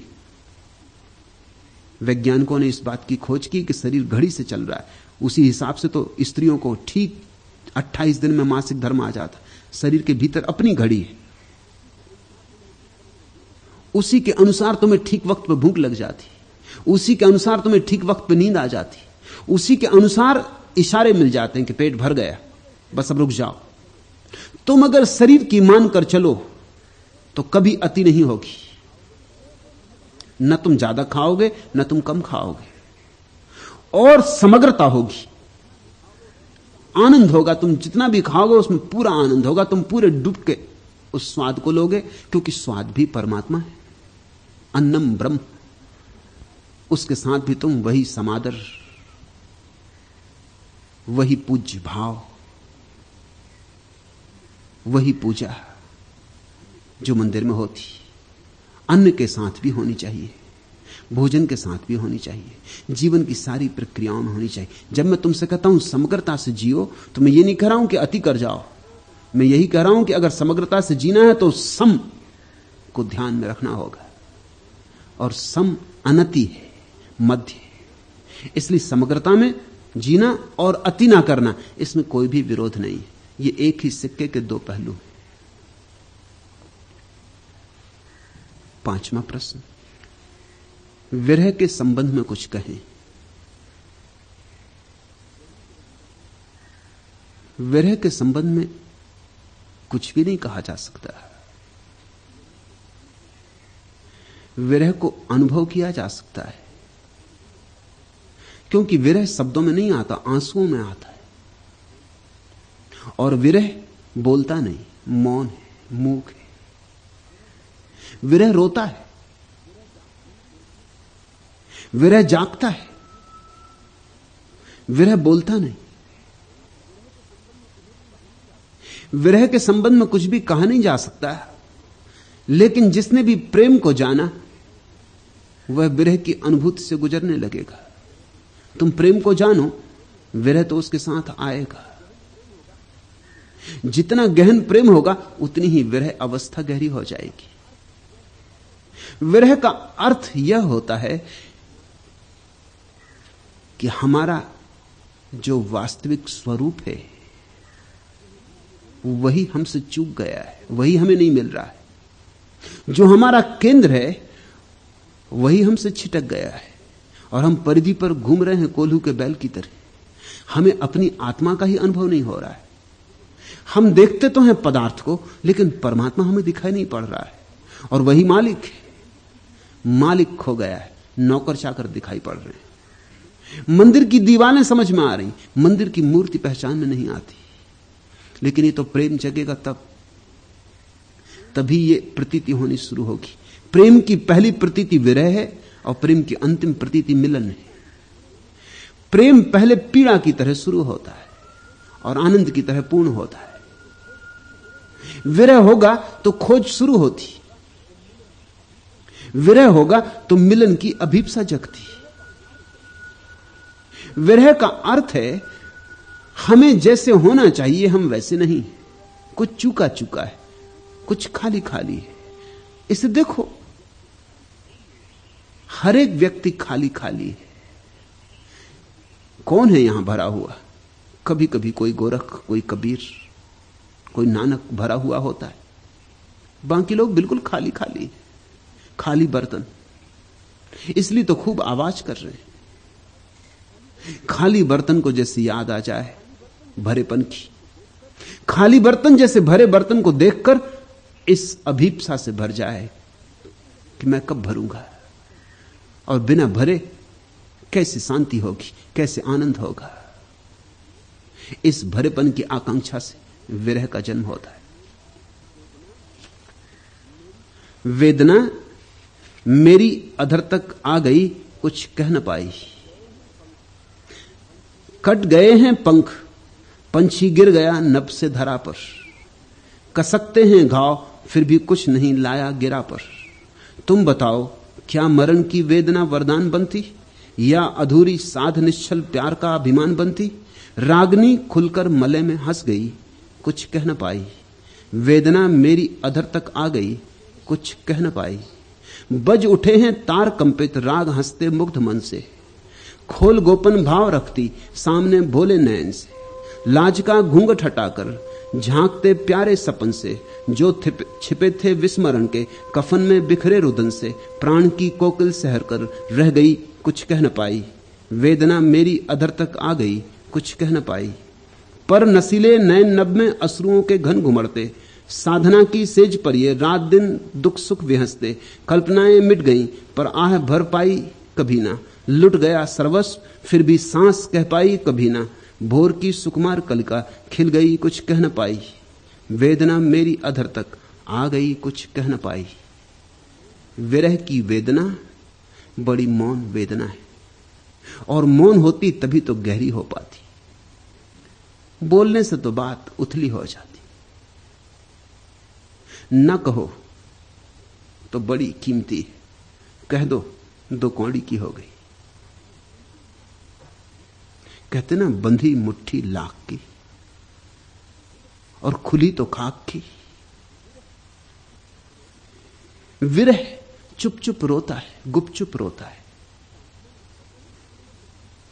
प्रार्थना बतानी नहीं होती, उसका कोई प्रदर्शन नहीं करना होता, उसकी कोई डुंडी नहीं पीटनी होती।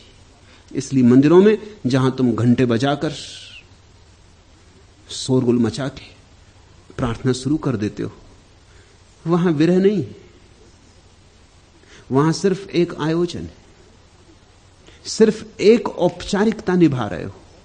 और तुमने ख्याल किया, अगर दर्शक मौजूद हो मंदिर में तो प्रार्थना करने वाला बड़ी देर तक प्रार्थना करता है, खूब जोर जोर से प्रार्थना करता है, मंजीरे पीटता है, ढोल पीटता है। अगर कोई ना हो, प्रार्थना करने वाला अकेला हो, जल्दी जल्दी करके कह सुना के किसी तरह पूरा करके भाग खड़ा होता है। तुम प्रार्थना परमात्मा से कर रहे हो कि देखने वालों को, कि दिखावे के लिए? तुम नाच रहे हो उसके सामने या लोगों के सामने? अगर तुम्हारे मन में जरा भी रस है कि लोगों को पता चल जाए कि देखो मैं कैसी प्रार्थना कर रहा हूं, कैसी गहरी भक्ति में उतर रहा हूं, तो तुम प्रार्थना परमात्मा के सामने नहीं कर रहे हो, तुम तमाशा कर रहे हो। तुम बाजार में खड़े हो और तुम अहंकार को ही भर रहे हो। विरह तो चुप चुप रोता है, गुपचुप रोता है, और जितना गुपचुप रोए उतना ही गहरा और उतनी ही दूरगामी उसकी पहुंच होती। चांद तो घर आ गया है और तुम जाने कहां हो। एक दीपक ने 10 दीपक जलाए, एक दूरी से विहक घर लौट आए। मैं स्वयं को एक मेला लग रही हूं, आंख में सुकुमार सपने डगमगाए। प्राण यह घबरा गया है और तुम जाने कहां हो। चांद तो घर आ गया है और तुम जाने कहां हो। रात रानी गंध के स्वर फूंकती है, प्राण में उन्मन पिकी सी कूकती है। क्या कहूं मैंने हृदय पाया अजब है, जिंदगी भर हर बार यूं ही चूकती है। मधु मुझे नहला गया है और तुम जाने कहां हो। चांद तो घर आ गया है और तुम जाने कहां हो। कंठ में संगीत बैठा बुदबुदाता, ओंठ पर आता न पीछे लौट जाता। पायलों में एक कंपन सा विलय है, आरती में दीप रह रह झिलमिलाता। रूप रस बरसा गया है और तुम जाने कहां हो। चांद तो घर आ गया है और तुम जाने कहां हो। परमात्मा की तलाश ऐसी उठती जब हृदय में, जैसे कोई प्रेसी प्रेमी को पुकारे कि सावन आ गया, कि मेघ घिर गए, कि कोयलें पुकारने लगी, कि मोर नाच उठे और तुम जाने कहां हो। कि सब तरफ फूल भर गए और सब तरफ झूले तन गए और सब तरफ राग रंग उठाया और तुम जाने कहां हो। और चांद तो घर आ गया है और तुम जाने कहां हो। जब किसी को ऐसा अभाव लगने लगता है परमात्मा का भीतर, तो विरह उत्पन्न होता है। विरह अनुभूति है, इसकी कोई व्याख्या नहीं हो सकती। जानो तो जानो, जियो तो जानो। विरह कोई सिद्धांत नहीं, समझने समझाने का कोई उपाय नहीं। और कठिनाई यह हो गई कि हमारी आंखों के आंसू सूख गए और हमारा हृदय प्रेम से बिल्कुल खाली हो गया। हमें सिखाया गया है अप्रेम, हमें दीक्षा दी गई है कठोर होने की। हमें कहा गया है जिंदगी संघर्ष है, इसमें जितने कठोर होगे, जितने पाषाणवत, उतने ही सफल हो सकोगे। हमें सब तरफ से यही सुझाया गया है कि यहां लोगों के सिरों की सीढ़ियां बनानी, तो ही महत्वाकांक्षा के शिखरों तक पहुंच सकोगे। हृदय को करो कठोर और बढ़ जाओ। फिर दूसरों को मिटाना पड़े तो मिटाओ, दूसरों की लाशें बिछानी पड़े तो बिछाओ। ये पूरा का पूरा समाज सदियों से हिंसा से जी रहा है। अहिंसा की तो सब बकवास है, बातचीत है। यहां अहिंसक भी अहिंसक नहीं है, यहां अहिंसक भी छिपा हुआ हिंसक है। यहां अहिंसा के पीछे भी सब तरह के हिंसा का आयोजन है। यहां अहिंसा भी लड़ने का एक उपाय है। तुम जरा मजा देखो, अहिंसा भी लड़ने का एक उपाय है। महात्मा गांधी की इसलिए प्रशंसा की जाती कि उन्होंने अहिंसा को अस्त्र बना दिया, लड़ने का एक उपाय बना दिया। प्रशंसा नहीं होनी चाहिए, इसके कारण ही निंदा होनी चाहिए। अहिंसा को भी अस्त्र बना दिया। कुछ तो छोड़ देते जो अस्त्र ना बनता। तुमने प्रेम की भी तलवार ढाल ली, तुमने शांति के भी छुरे बना लिए। अहिंसा का भी अस्त्र, अहिंसा को भी लड़ने का एक ढंग बना लिया, मगर लड़ाई जारी रही। लड़ने में हिंसा है तो अहिंसा कैसे लड़ने का साधन हो सकती? तो अहिंसा नाम ही नाम होगी, भीतर तो हिंसा ही हिंसा होगी। ये कोई अहिंसा नहीं है। लोग सोचते हैं कि महात्मा गांधी ने बुद्ध और महावीर के आगे कदम उठा दिया। गलत बात है। बुद्ध और महावीर की बड़ी क्रांति पर पानी फेर दिया। अहिंसा को भी लड़ने की विधि बना दिया। जैसे कि लड़ने की विधि का ही मूल्य है जगत में, सब चीज लड़ने की विधि है। प्रेम भी लड़ने का ही एक उपाय है। प्रेम भी करो तो इसलिए ताकि जीत सको, अहिंसा भी इसलिए ताकि दूसरे को दबा सको।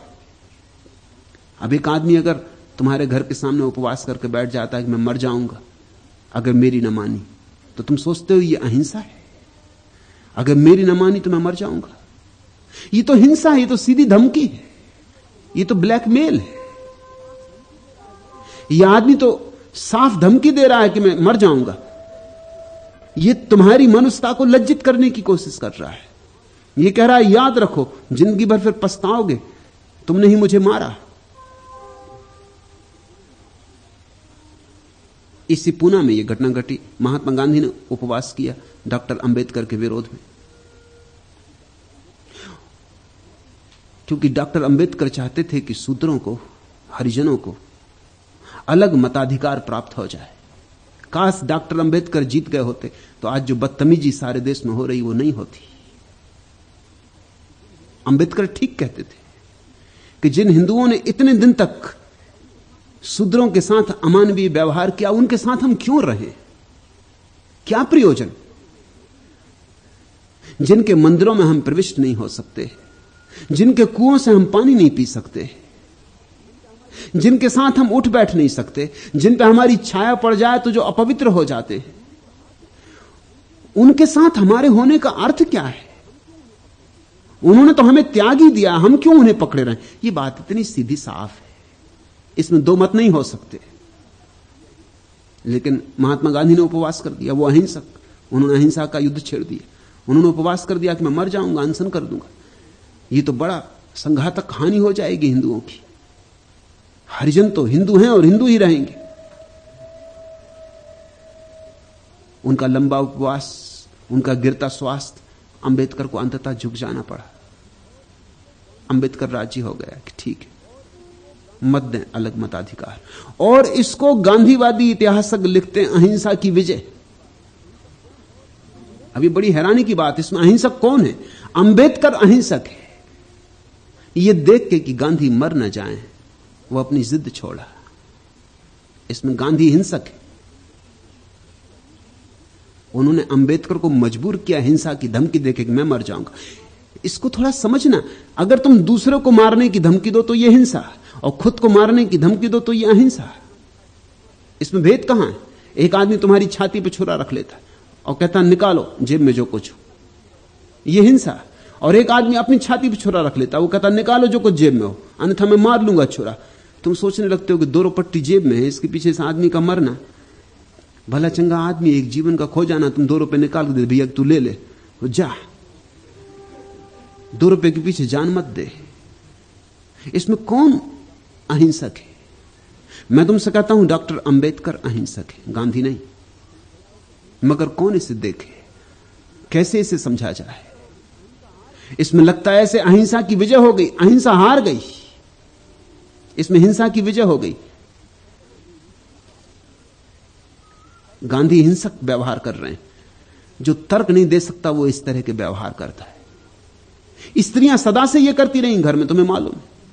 स्त्री पति को नहीं मारती, खुद को पीट लेती, मगर वो कोई अहिंसा है? पति को मार नहीं सकती क्योंकि पति परमात्मा। पतियों ने ही ऐसा समझाया है कि पति परमात्मा है, पति को तो मान नहीं सकती। अब क्या करे? और मारने का भाव उठ रहा है, पिटाई करने की इच्छा हो रही, और पति को मान नहीं सकती, अपने को पीट लेती है, अपने बच्चों को पीट देती। अब बच्चों को कुछ पता ही नहीं, वो बेचारा अपना हिसाब किताब कर रहा था बैठ, उसकी पिटाई क्यों हो रही है उसको कुछ समझ में नहीं आ रहा। ये अहिंसक पिटाई हो रही, ये पति का परिपूरक है, ये पति पीटे जा रहे हैं प्रतीकवत, ये उन्हीं का बेटा है, आधा तो कम से कम है ही पति, कर दो इसकी पिटाई। अगर बेटा ना मिले तो पत्नी खुद को मार लेती। पुरुष को गुस्सा आ जाए तो हत्या कर देता है, स्त्री को गुस्सा आ जाए तो दवाई की गोलियां खा के, नींद की गोलियां खा के सो जाती। पुरुष को गुस्सा आ जाए तो हिंसा करता, हत्या करता है। स्त्री को क्रोध आ जाए तो आत्महत्या करती। मगर ये दोनों ही हिंसा है, एक स्तृण हिंसा है, एक पुरुषगत हिंसा है। गांधी की स्तृण हिंसा को अहिंसा कहने का कोई कारण नहीं, सिर्फ स्तृण हिंसा है, सिर्फ कमजोर की हिंसा है। एक ताकतवर की हिंसा, एक कमजोर की हिंसा, मगर इसमें अहिंसा कोई भी नहीं। बुद्ध और महावीर की अहिंसा का राज कुछ और ही है। लेकिन हमने तो अहिंसा का भी अस्त्र बना लिया। ये समाज हिंसा से भरा है, ये प्रत्येक को कठोर होने की शिक्षा देता है। पाषाणवत हो जाओ, हृदय को सुखा लो, क्योंकि हृदय अगर भीगा रहा, गीला रहा तो तुम जगत में जीत ना पाओगे। आंसुओं को सुखा लो, क्योंकि आंसू ना मर्द की, मर्द कहीं रोते। स्त्रीण मत बनो। तुम्हारे आंसू सूख गए, तुम्हारा प्रेम सूख गया। अब तुम जी रहे हो सिर्फ खोपड़ी में, तुम्हारे हृदय में धड़कन नहीं होती, इसलिए तुम्हें विरह का कोई अनुभव नहीं हो सकता। विरह के लिए पहले प्रेम का अनुभव जरूरी है। विरह के लिए थोड़ा अपने हृदय में उतरो, फिर से अपने हृदय को गूंजने दो, फिर से देखो फूलों को, पत्तों को, चांतारों को, लोगों को, फिर से छोटे बच्चे की तरह अपने भाव को गति दो, गतिमान करो। हटा दो पत्थर बीच में पाषाणता के, कठोरता के, महत्वाकांक्षा के, हिंसा के, और फिर से आंखों को गीली करो, फिर से रोना सीखो। कभी किसी गुलाब के फूल को खिला देख के रोए हो? नहीं रोए तो गलत बात है। गुलाब का फूल खिला और तुम रोए भी नहीं। तुम इतना भी ना कर सके कि 2 आंसू टपकाते आनंद के, कि कोयल पुकारी है और तुम रोए हो, कि पपीहा ने पी पुकारा, पिया को पुकारा, तुम्हारे भीतर कोई पुकार नहीं उठती, तुम ऐसे ही चले जाते हो बहरे। संगीत कोई छेड़ देता है, रोए हो। कल एक छोटी सी सन्यासिनी, जरा सी लड़की, शक्तिपात के लिए आई, बार बार लिख रही थी, कि मेरे सिर पर भी हाथ रखें, मेरी भी शक्ति को जगाएं। देखती थी और सन्यासी आते हैं, उनके सिर पर मैं हाथ रखता हूं, उनके भीतर ऊर्जा का प्रवाह होता है। छोटी बच्ची, अभी तो ध्यान भी उसने किया नहीं, अभी तो मां बाप ने सन्यास लिया तो उसने भी सन्यास ले लिया है, लेकिन उसके भीतर भाव की तरंग थी। तो मैंने कहा ठीक है तू आ, और मैं भी चकित हुआ जब उसकी ऊर्जा प्रवाहित होने लगी। पास में ही मनीषा बैठी थी। मनीषा तो इतनी आनंद विभोर हो गई उस बच्ची की ऊर्जा को प्रवाहित होते देखकर कि रोने लगी, अपने आंसू नहीं रोक पाई। वे आनंद के आंसू हैं। इस छोटी सी बच्ची में जो घट रहा है, एक कमल खिल रहा है। इस कमल को खिलते देखकर तुम आनंद से रोओगे नहीं, तुम्हारी आंखें गीली नहीं हो जाएंगी।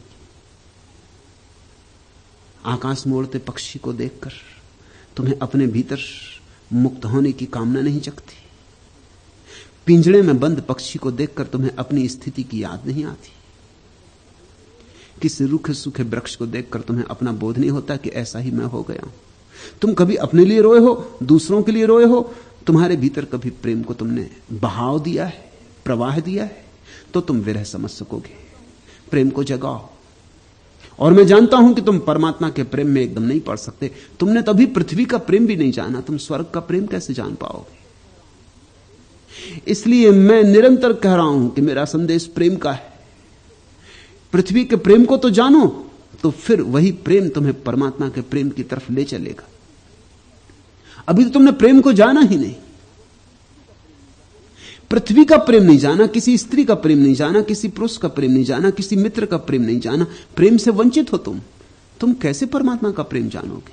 और अक्सर यह भ्रांति प्रचलित है कि इस संसार में अगर प्रेम किया तो परमात्मा से वंचित रह जाओगे। न मालूम कि ना समझो ने यह बात तुम्हें समझाई। तुमने अगर इस संसार में प्रेम नहीं किया तो तुम परमात्मा के प्रेम में कभी पड़ोगे ही नहीं। जो उथले उथले नहीं तैरा, वो सागर में कैसे तैरेगा? जो मानवीय संबंधों के छोटे छोटे नाते रिश्तों में नहीं डूबा, वो उस परम रिश्ते में कैसे डूबेगा? वो तो बड़ा गहरा सागर है। तैरना तो किनारे पे सीखना होता है, जहां पानी उथला हो, ताकि डूब भी तो मर ना जाओ, जहां की डूब ना सको। हां, तैरना आ जाए फिर जाओ, फिर दूर दूर सागर तैरो, फिर कोई अंतर नहीं पड़ता। नीचे कितना पानी गहरा है, तैरने वालों को कोई अंतर नहीं पड़ता। मील भर गहरा हो कि 10 मील गहरा हो, कोई अंतर नहीं पड़ता। तैरने वाला तो तैरना जानता है, बात समाप्त हो गई। लेकिन न तैरने वाले को अंतर पड़ता है पानी उथला है कि गहरा है। गहरा डुबा देगा। उथले में सीखना होता है। मेरे देखे मेरे लेखे संसार परमात्मा का उथला रूप है, ये उसका किनारा है। संसार परमात्मा का किनारा है।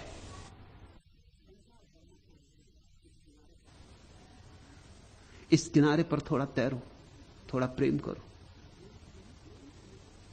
इसी प्रेम से तुम भीगोगे, आर्द्र होओगे, गीले होओगे। यही प्रेम तुम्हें स्वाद देगा। यद्यपि यह प्रेम तुम्हें पूरा तृप्त नहीं करेगा। यही इस प्रेम की खूबी। यह तुम्हें स्वाद देता है लेकिन तृप्त नहीं करता। यह तुम्हें झलक देता है लेकिन भूख नहीं भरती, पेट नहीं भरता। वस्तुतः इसकी झलक के कारण तुम्हें पहली दफा भूख पैदा होती, तुम्हें अनुभव आता है कि ऐसा भी हो सकता है। एक स्त्री और एक पुरुष का मिलन अत्यंत गहन प्रेम में क्षण भर का ही होता है, लेकिन उस क्षण भर में कोई झरोखा खुलता है। उस झरोखे से समय मिट जाता है, काल मिट जाता है, दूरियां मिट जाती, मैं तू का भाव मिट जाता है क्षण भर को। मगर उस क्षण भर में ही वर्षा हो जाती है एक अपूर्व शाश्वत आनंद की। फिर क्षण भर के बाद बड़ी अंधेरी रात है, फिर बिछोह और बड़ी पीड़ा, पहले से ज्यादा पीड़ा, क्योंकि पहले तो पता नहीं था इस आनंद का। यह झरोखा खुला ना था, बंद कमरे में रहे थे, बंद कमरा ही जाना था, तुलना के लिए कोई उपाय ना था। अब तो खोला हुआ आकाश देख लिया, आकाश के तारे देख लिए, अब तो दूर दूर विस्तीर्ण नीलिमा देख ली आकाश की, आकाश में उड़ते पक्षी देख लिए। झरोखा बंद हो गया, लेकिन अब उसकी याद सताती।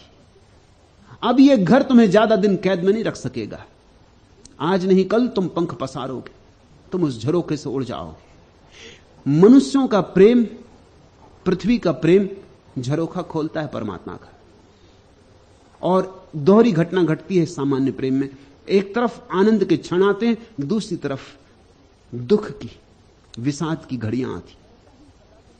आनंद कहता है ऐसा ही सदा के लिए हो जाए, ये क्षण शाश्वत हो जाए। मगर कोई मानवीय संबंध शाश्वत नहीं हो सकता, क्षण भंगुरी होता है, फिर पीछे विषाद आता है।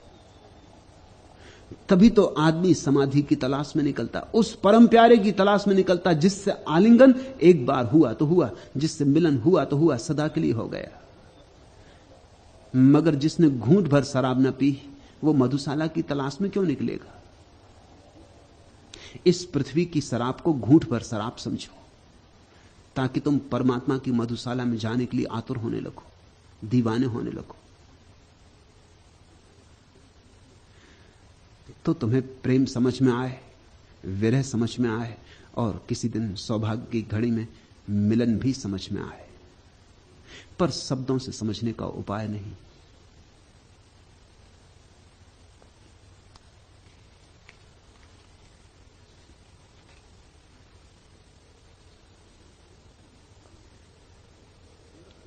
छठवां प्रश्न, गोरखनाथ की मूल शिक्षा क्या है? बड़ी छोटी, संक्षिप्त। हंसीबा खेलीबा रहीबा रंग, काम क्रोध न करीबा संग। हंसीबा खेलीबा गाईबा गीत, दृढ़ कर राखी अपना चित। यही मेरी शिक्षा भी है। हंसीबा खेलीबा रहीबा रंग, रंग से रहो, मस्ती में, मौज में, आनंद में। इतना परमात्मा ने दिया है, नाचो, गुनगुनाओ, गाओ। धन्यवाद का गीत उठना चाहिए तुम्हारे हृदय से, वही प्रार्थना है। हंसीबा खेलीबा रहीबा रंग, हंसो। अगर ना हंस सको तो समझना तुम कभी धार्मिक ना हो सकोगे। तुम्हारे तथाकथित साधु संत तो हंसी भूल के बैठे, हंसी नहीं सकते। हंसने में गुनाह है, पाप है। इसलिए तुम अपने साधु संतों के साथ ज्यादा देर नहीं रह सकते। बस गए, जल्दी से पैर छुए, नमस्कार किए, चले। 24 घंटे रह जाओ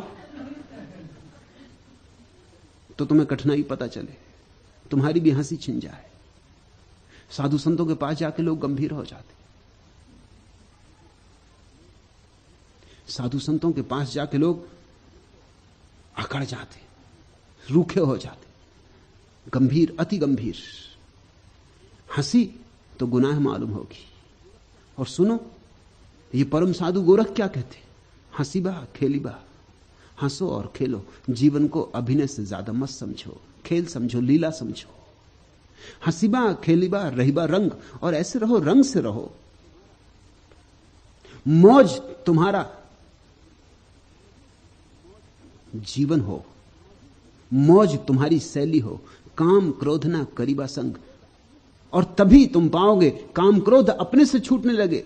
उन्होंने तुम्हारा संग छोड़ दिया, छोड़ना भी ना पड़ेगा, क्योंकि तुम्हारी सारी ऊर्जा हंसने में, खेलने में, गीत गाने में, प्रार्थना में, मस्ती में, नाचने में लग गई। वही ऊर्जा काम क्रोध में लगती थी, अब फुर्सत कहां। जिसका धन हीरे जवाहरात खरीदने लगा, उसका धन अब कूड़ा करकट तो नहीं खरीदेगा। अब तुम्हारी ऊर्जा का आयाम बदला। हंसीबा खेलीबा रहीबा रंग, कराम क्रोध ना करीबा संग। हंसीबा खेलीबा गाईबा गीत, उठने दो गीत। गीत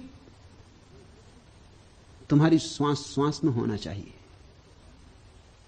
तो ही तुम धार्मिक हो पाओगे। धर्म काव्य है, महाकाव्य है। धर्म गद्य नहीं है, पद्य है। धर्म जीवन को गाने की कला है। धर्म संगीत है और नृत्य है। दृढ़ कर राखी अपना चित्त, गाओ गीत, और गीत में अपने चित्त को दृढ़ हो जाने दो, जम जाने दो, लग जाने दो बैठक, और सब हो जाएगा। शेष सब अपने से हो जाएगा, शेष परमात्मा कर लेगा। तुम इतना करो, शब्दई ताला शब्दहि कूची, शब्दहि सबद जगाया, शब्दहि सबद सुपर्चा हुआ, शब्दहि सबद समाया। उसी महासंगीत से सब पैदा हुआ है। परमात्मा परम ध्वनि है, ओंकार, एक ओंकार सतनाम, ओम का नाद है परमात्मा। शब्दई ताला शब्दई कुंजी, इसलिए उस परम शब्द में ही ताला है, उसी परम शब्द में कुंजी भी है। संगीत का ही ताला है, संगीत की ही कुंजी है। छंद का ही ताला है, छंद की ही कुंजी है। तुम्हारे भीतर मौन संगीत उठाए, मौन गीत जग जाए, शब्द शून्य, शब्द रिक्त, शुद्ध संगीत जग जाए, बस कुंजी मिल गई। शब्दई शब्द जगाया। और यही तो गुरु के पास घटता है। गुरु अपनी वीणा छेड़ देता है, अपना शब्द छेड़ देता है, और तुम्हारे भीतर सोए हुए शब्द में झंकार पड़ती, तुम्हारे भीतर भी शब्द में प्रतिध्वनि उठने लगती। शब्दई शब्द जगाया, शब्दई शब्द सुपर्चा हुआ। और गुरु के संगीत में डूबकर, गुरु के शब्द में डूबकर, गुरु की मूल ध्वनि में डूबकर अपना भी परिचय हुआ। शब्दई शब्द सुपर्चा हुआ, शब्दई शब्द समाया। और फिर संगीत, जीवन का सारा संगीत उस महासंगीत में लीन हो जाता है। शब्द है संसार, शब्द का अर्थ है संगीत प्रकट हुआ। शून्य है परमात्मा, शून्य का अर्थ है शब्द वापस अपने मूल स्रोत में समा गया। मगर नाचो गाओ, हसीबा खेलीबा रहीबा रंग, काम क्रोध न करीबा संग, हसीबा खेलीबा गाईबा गीत, दृढ़ कर राखी अपना चित। आखिरी प्रश्न, ईश्वर अस्तित्व का प्रमाण क्या है? कोई प्रमाण नहीं, या प्रत्येक चीज प्रमाण है। तर्क की दृष्टि से तो कोई प्रमाण नहीं, क्योंकि परमात्मा तर्कातीत है। न तो तर्क से कोई सिद्ध कर सकता उसे, न कोई असिद्ध कर सकता। और ख्याल रखना, जो तर्क से सिद्ध हो सकता है वह तर्क से असिद्ध भी हो सकता है। परमात्मा ना तो सिद्ध होता ना असिद्ध होता, परमात्मा तो बस है। शायद यह कहना भी ठीक नहीं कि परमात्मा है, क्योंकि परमात्मा है ऐसा कहने से पुनरुक्ति दोष लगता है ही तो परमात्मा है, जो है वही परमात्मा है। तो जब हम कहते हैं वृक्ष है, यह ठीक है कहना, क्योंकि एक दिन वृक्ष नहीं हो जाएगा, और एक दिन नहीं था फिर नहीं हो जाएगा, होना सिर्फ बीच में हुआ, इसलिए वृक्ष है, आदमी है, मकान है। लेकिन परमात्मा है यह कहना ठीक नहीं, क्योंकि परमात्मा ना तो कभी नहीं था और ना कभी नहीं होगा। इसलिए जिस अर्थ में हम है का प्रयोग करते, उस अर्थ में परमात्मा के लिए नहीं किया जा सकता। परमात्मा तो है का ही दूसरा नाम है। वृक्ष है अर्थात वृक्ष परमात्मा में है, मनुष्य है अर्थात मनुष्य परमात्मा में श्वास ले रहा है। जब परमात्मा अपनी श्वास वापस ले लेगा, मनुष्य नहीं हो जाएगा। जब परमात्मा अपनी हरियाली वापस ले लेगा, वृक्ष नहीं हो जाएगा।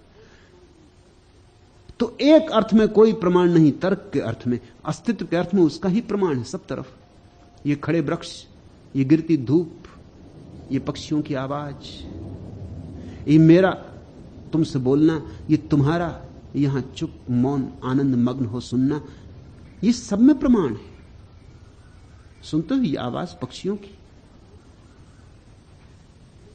प्रमाण ही प्रमाण है। लेकिन तुम शायद तर्क की दृष्टि से प्रमाण चाहते हो, वैसा कोई प्रमाण नहीं।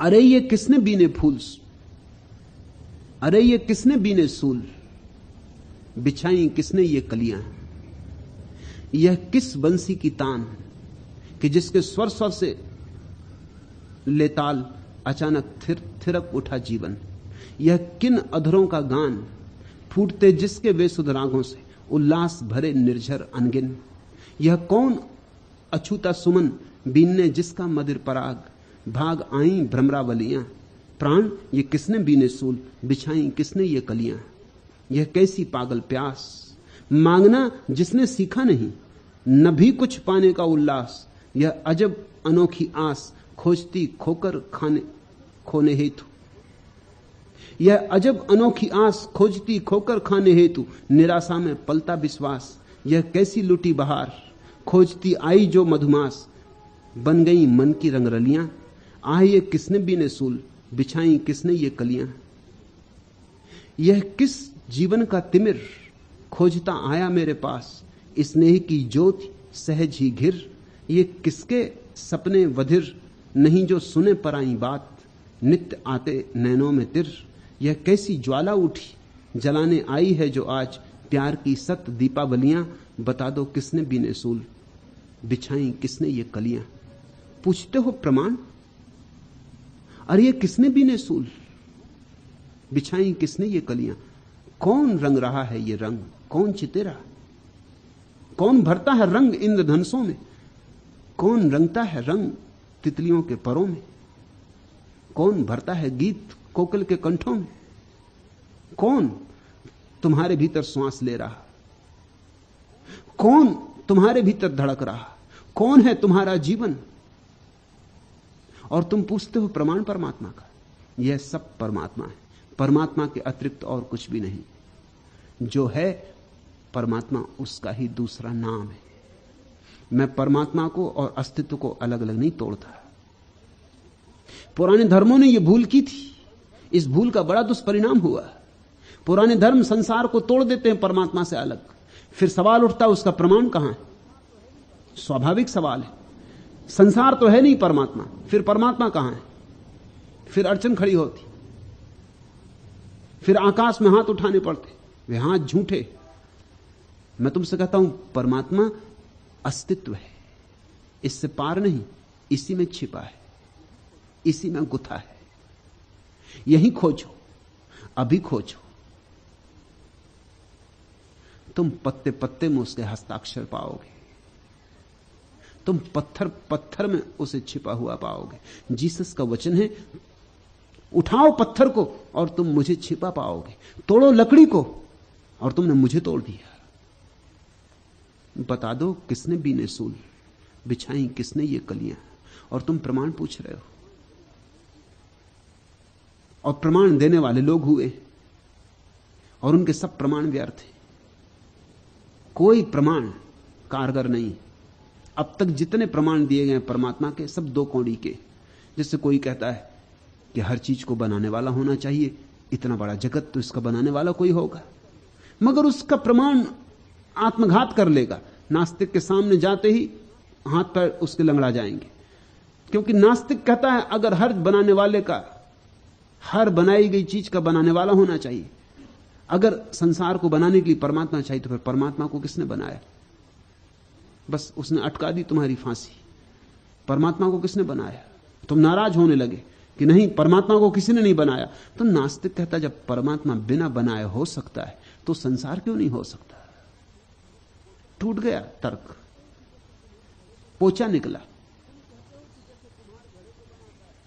तुम कहते हो कि जैसे कुम्हार घड़े को बनाता है, ऐसा उस कुंभकार ने इस संसार को बनाया। लेकिन कुम्हार को भी कोई बनाता है ना, या कि कुम्हार बिना बनाया होता है। अब फंसे मुश्किल में।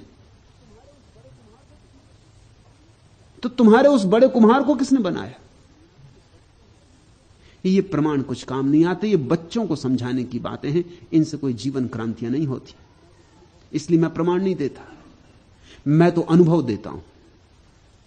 मैं तो कहता हूं आओ मेरे पास, बैठो गुपचुप, गाओ नाचो। और किसी दिन अचानक तुम पाओगे कौंध गई उसकी बिजली। कब कौन जाए कुछ कहा नहीं जा सकता, उसकी कोई भविष्यवाणी भी नहीं हो सकती। अनायास आता है वह अतिथि, अचानक द्वार पर खड़ा हो जाता है। जिस क्षण तुम्हारी पात्रता होती, जिस क्षण तुम निर्मल होते हो, शांत होते हो, उसी क्षण घटना घट जाती। फिर कोई प्रमाण नहीं चाहना पड़ता, फिर तुम स्वयं ही प्रमाण हो जाते हो। तुम्हारा अनुभव ही प्रमाण हो सकता है, और कोई चीज प्रमाण नहीं हो सकती। बता दो किसने बीने सूल, बिछाई किसने ये कलियां। आज इतना।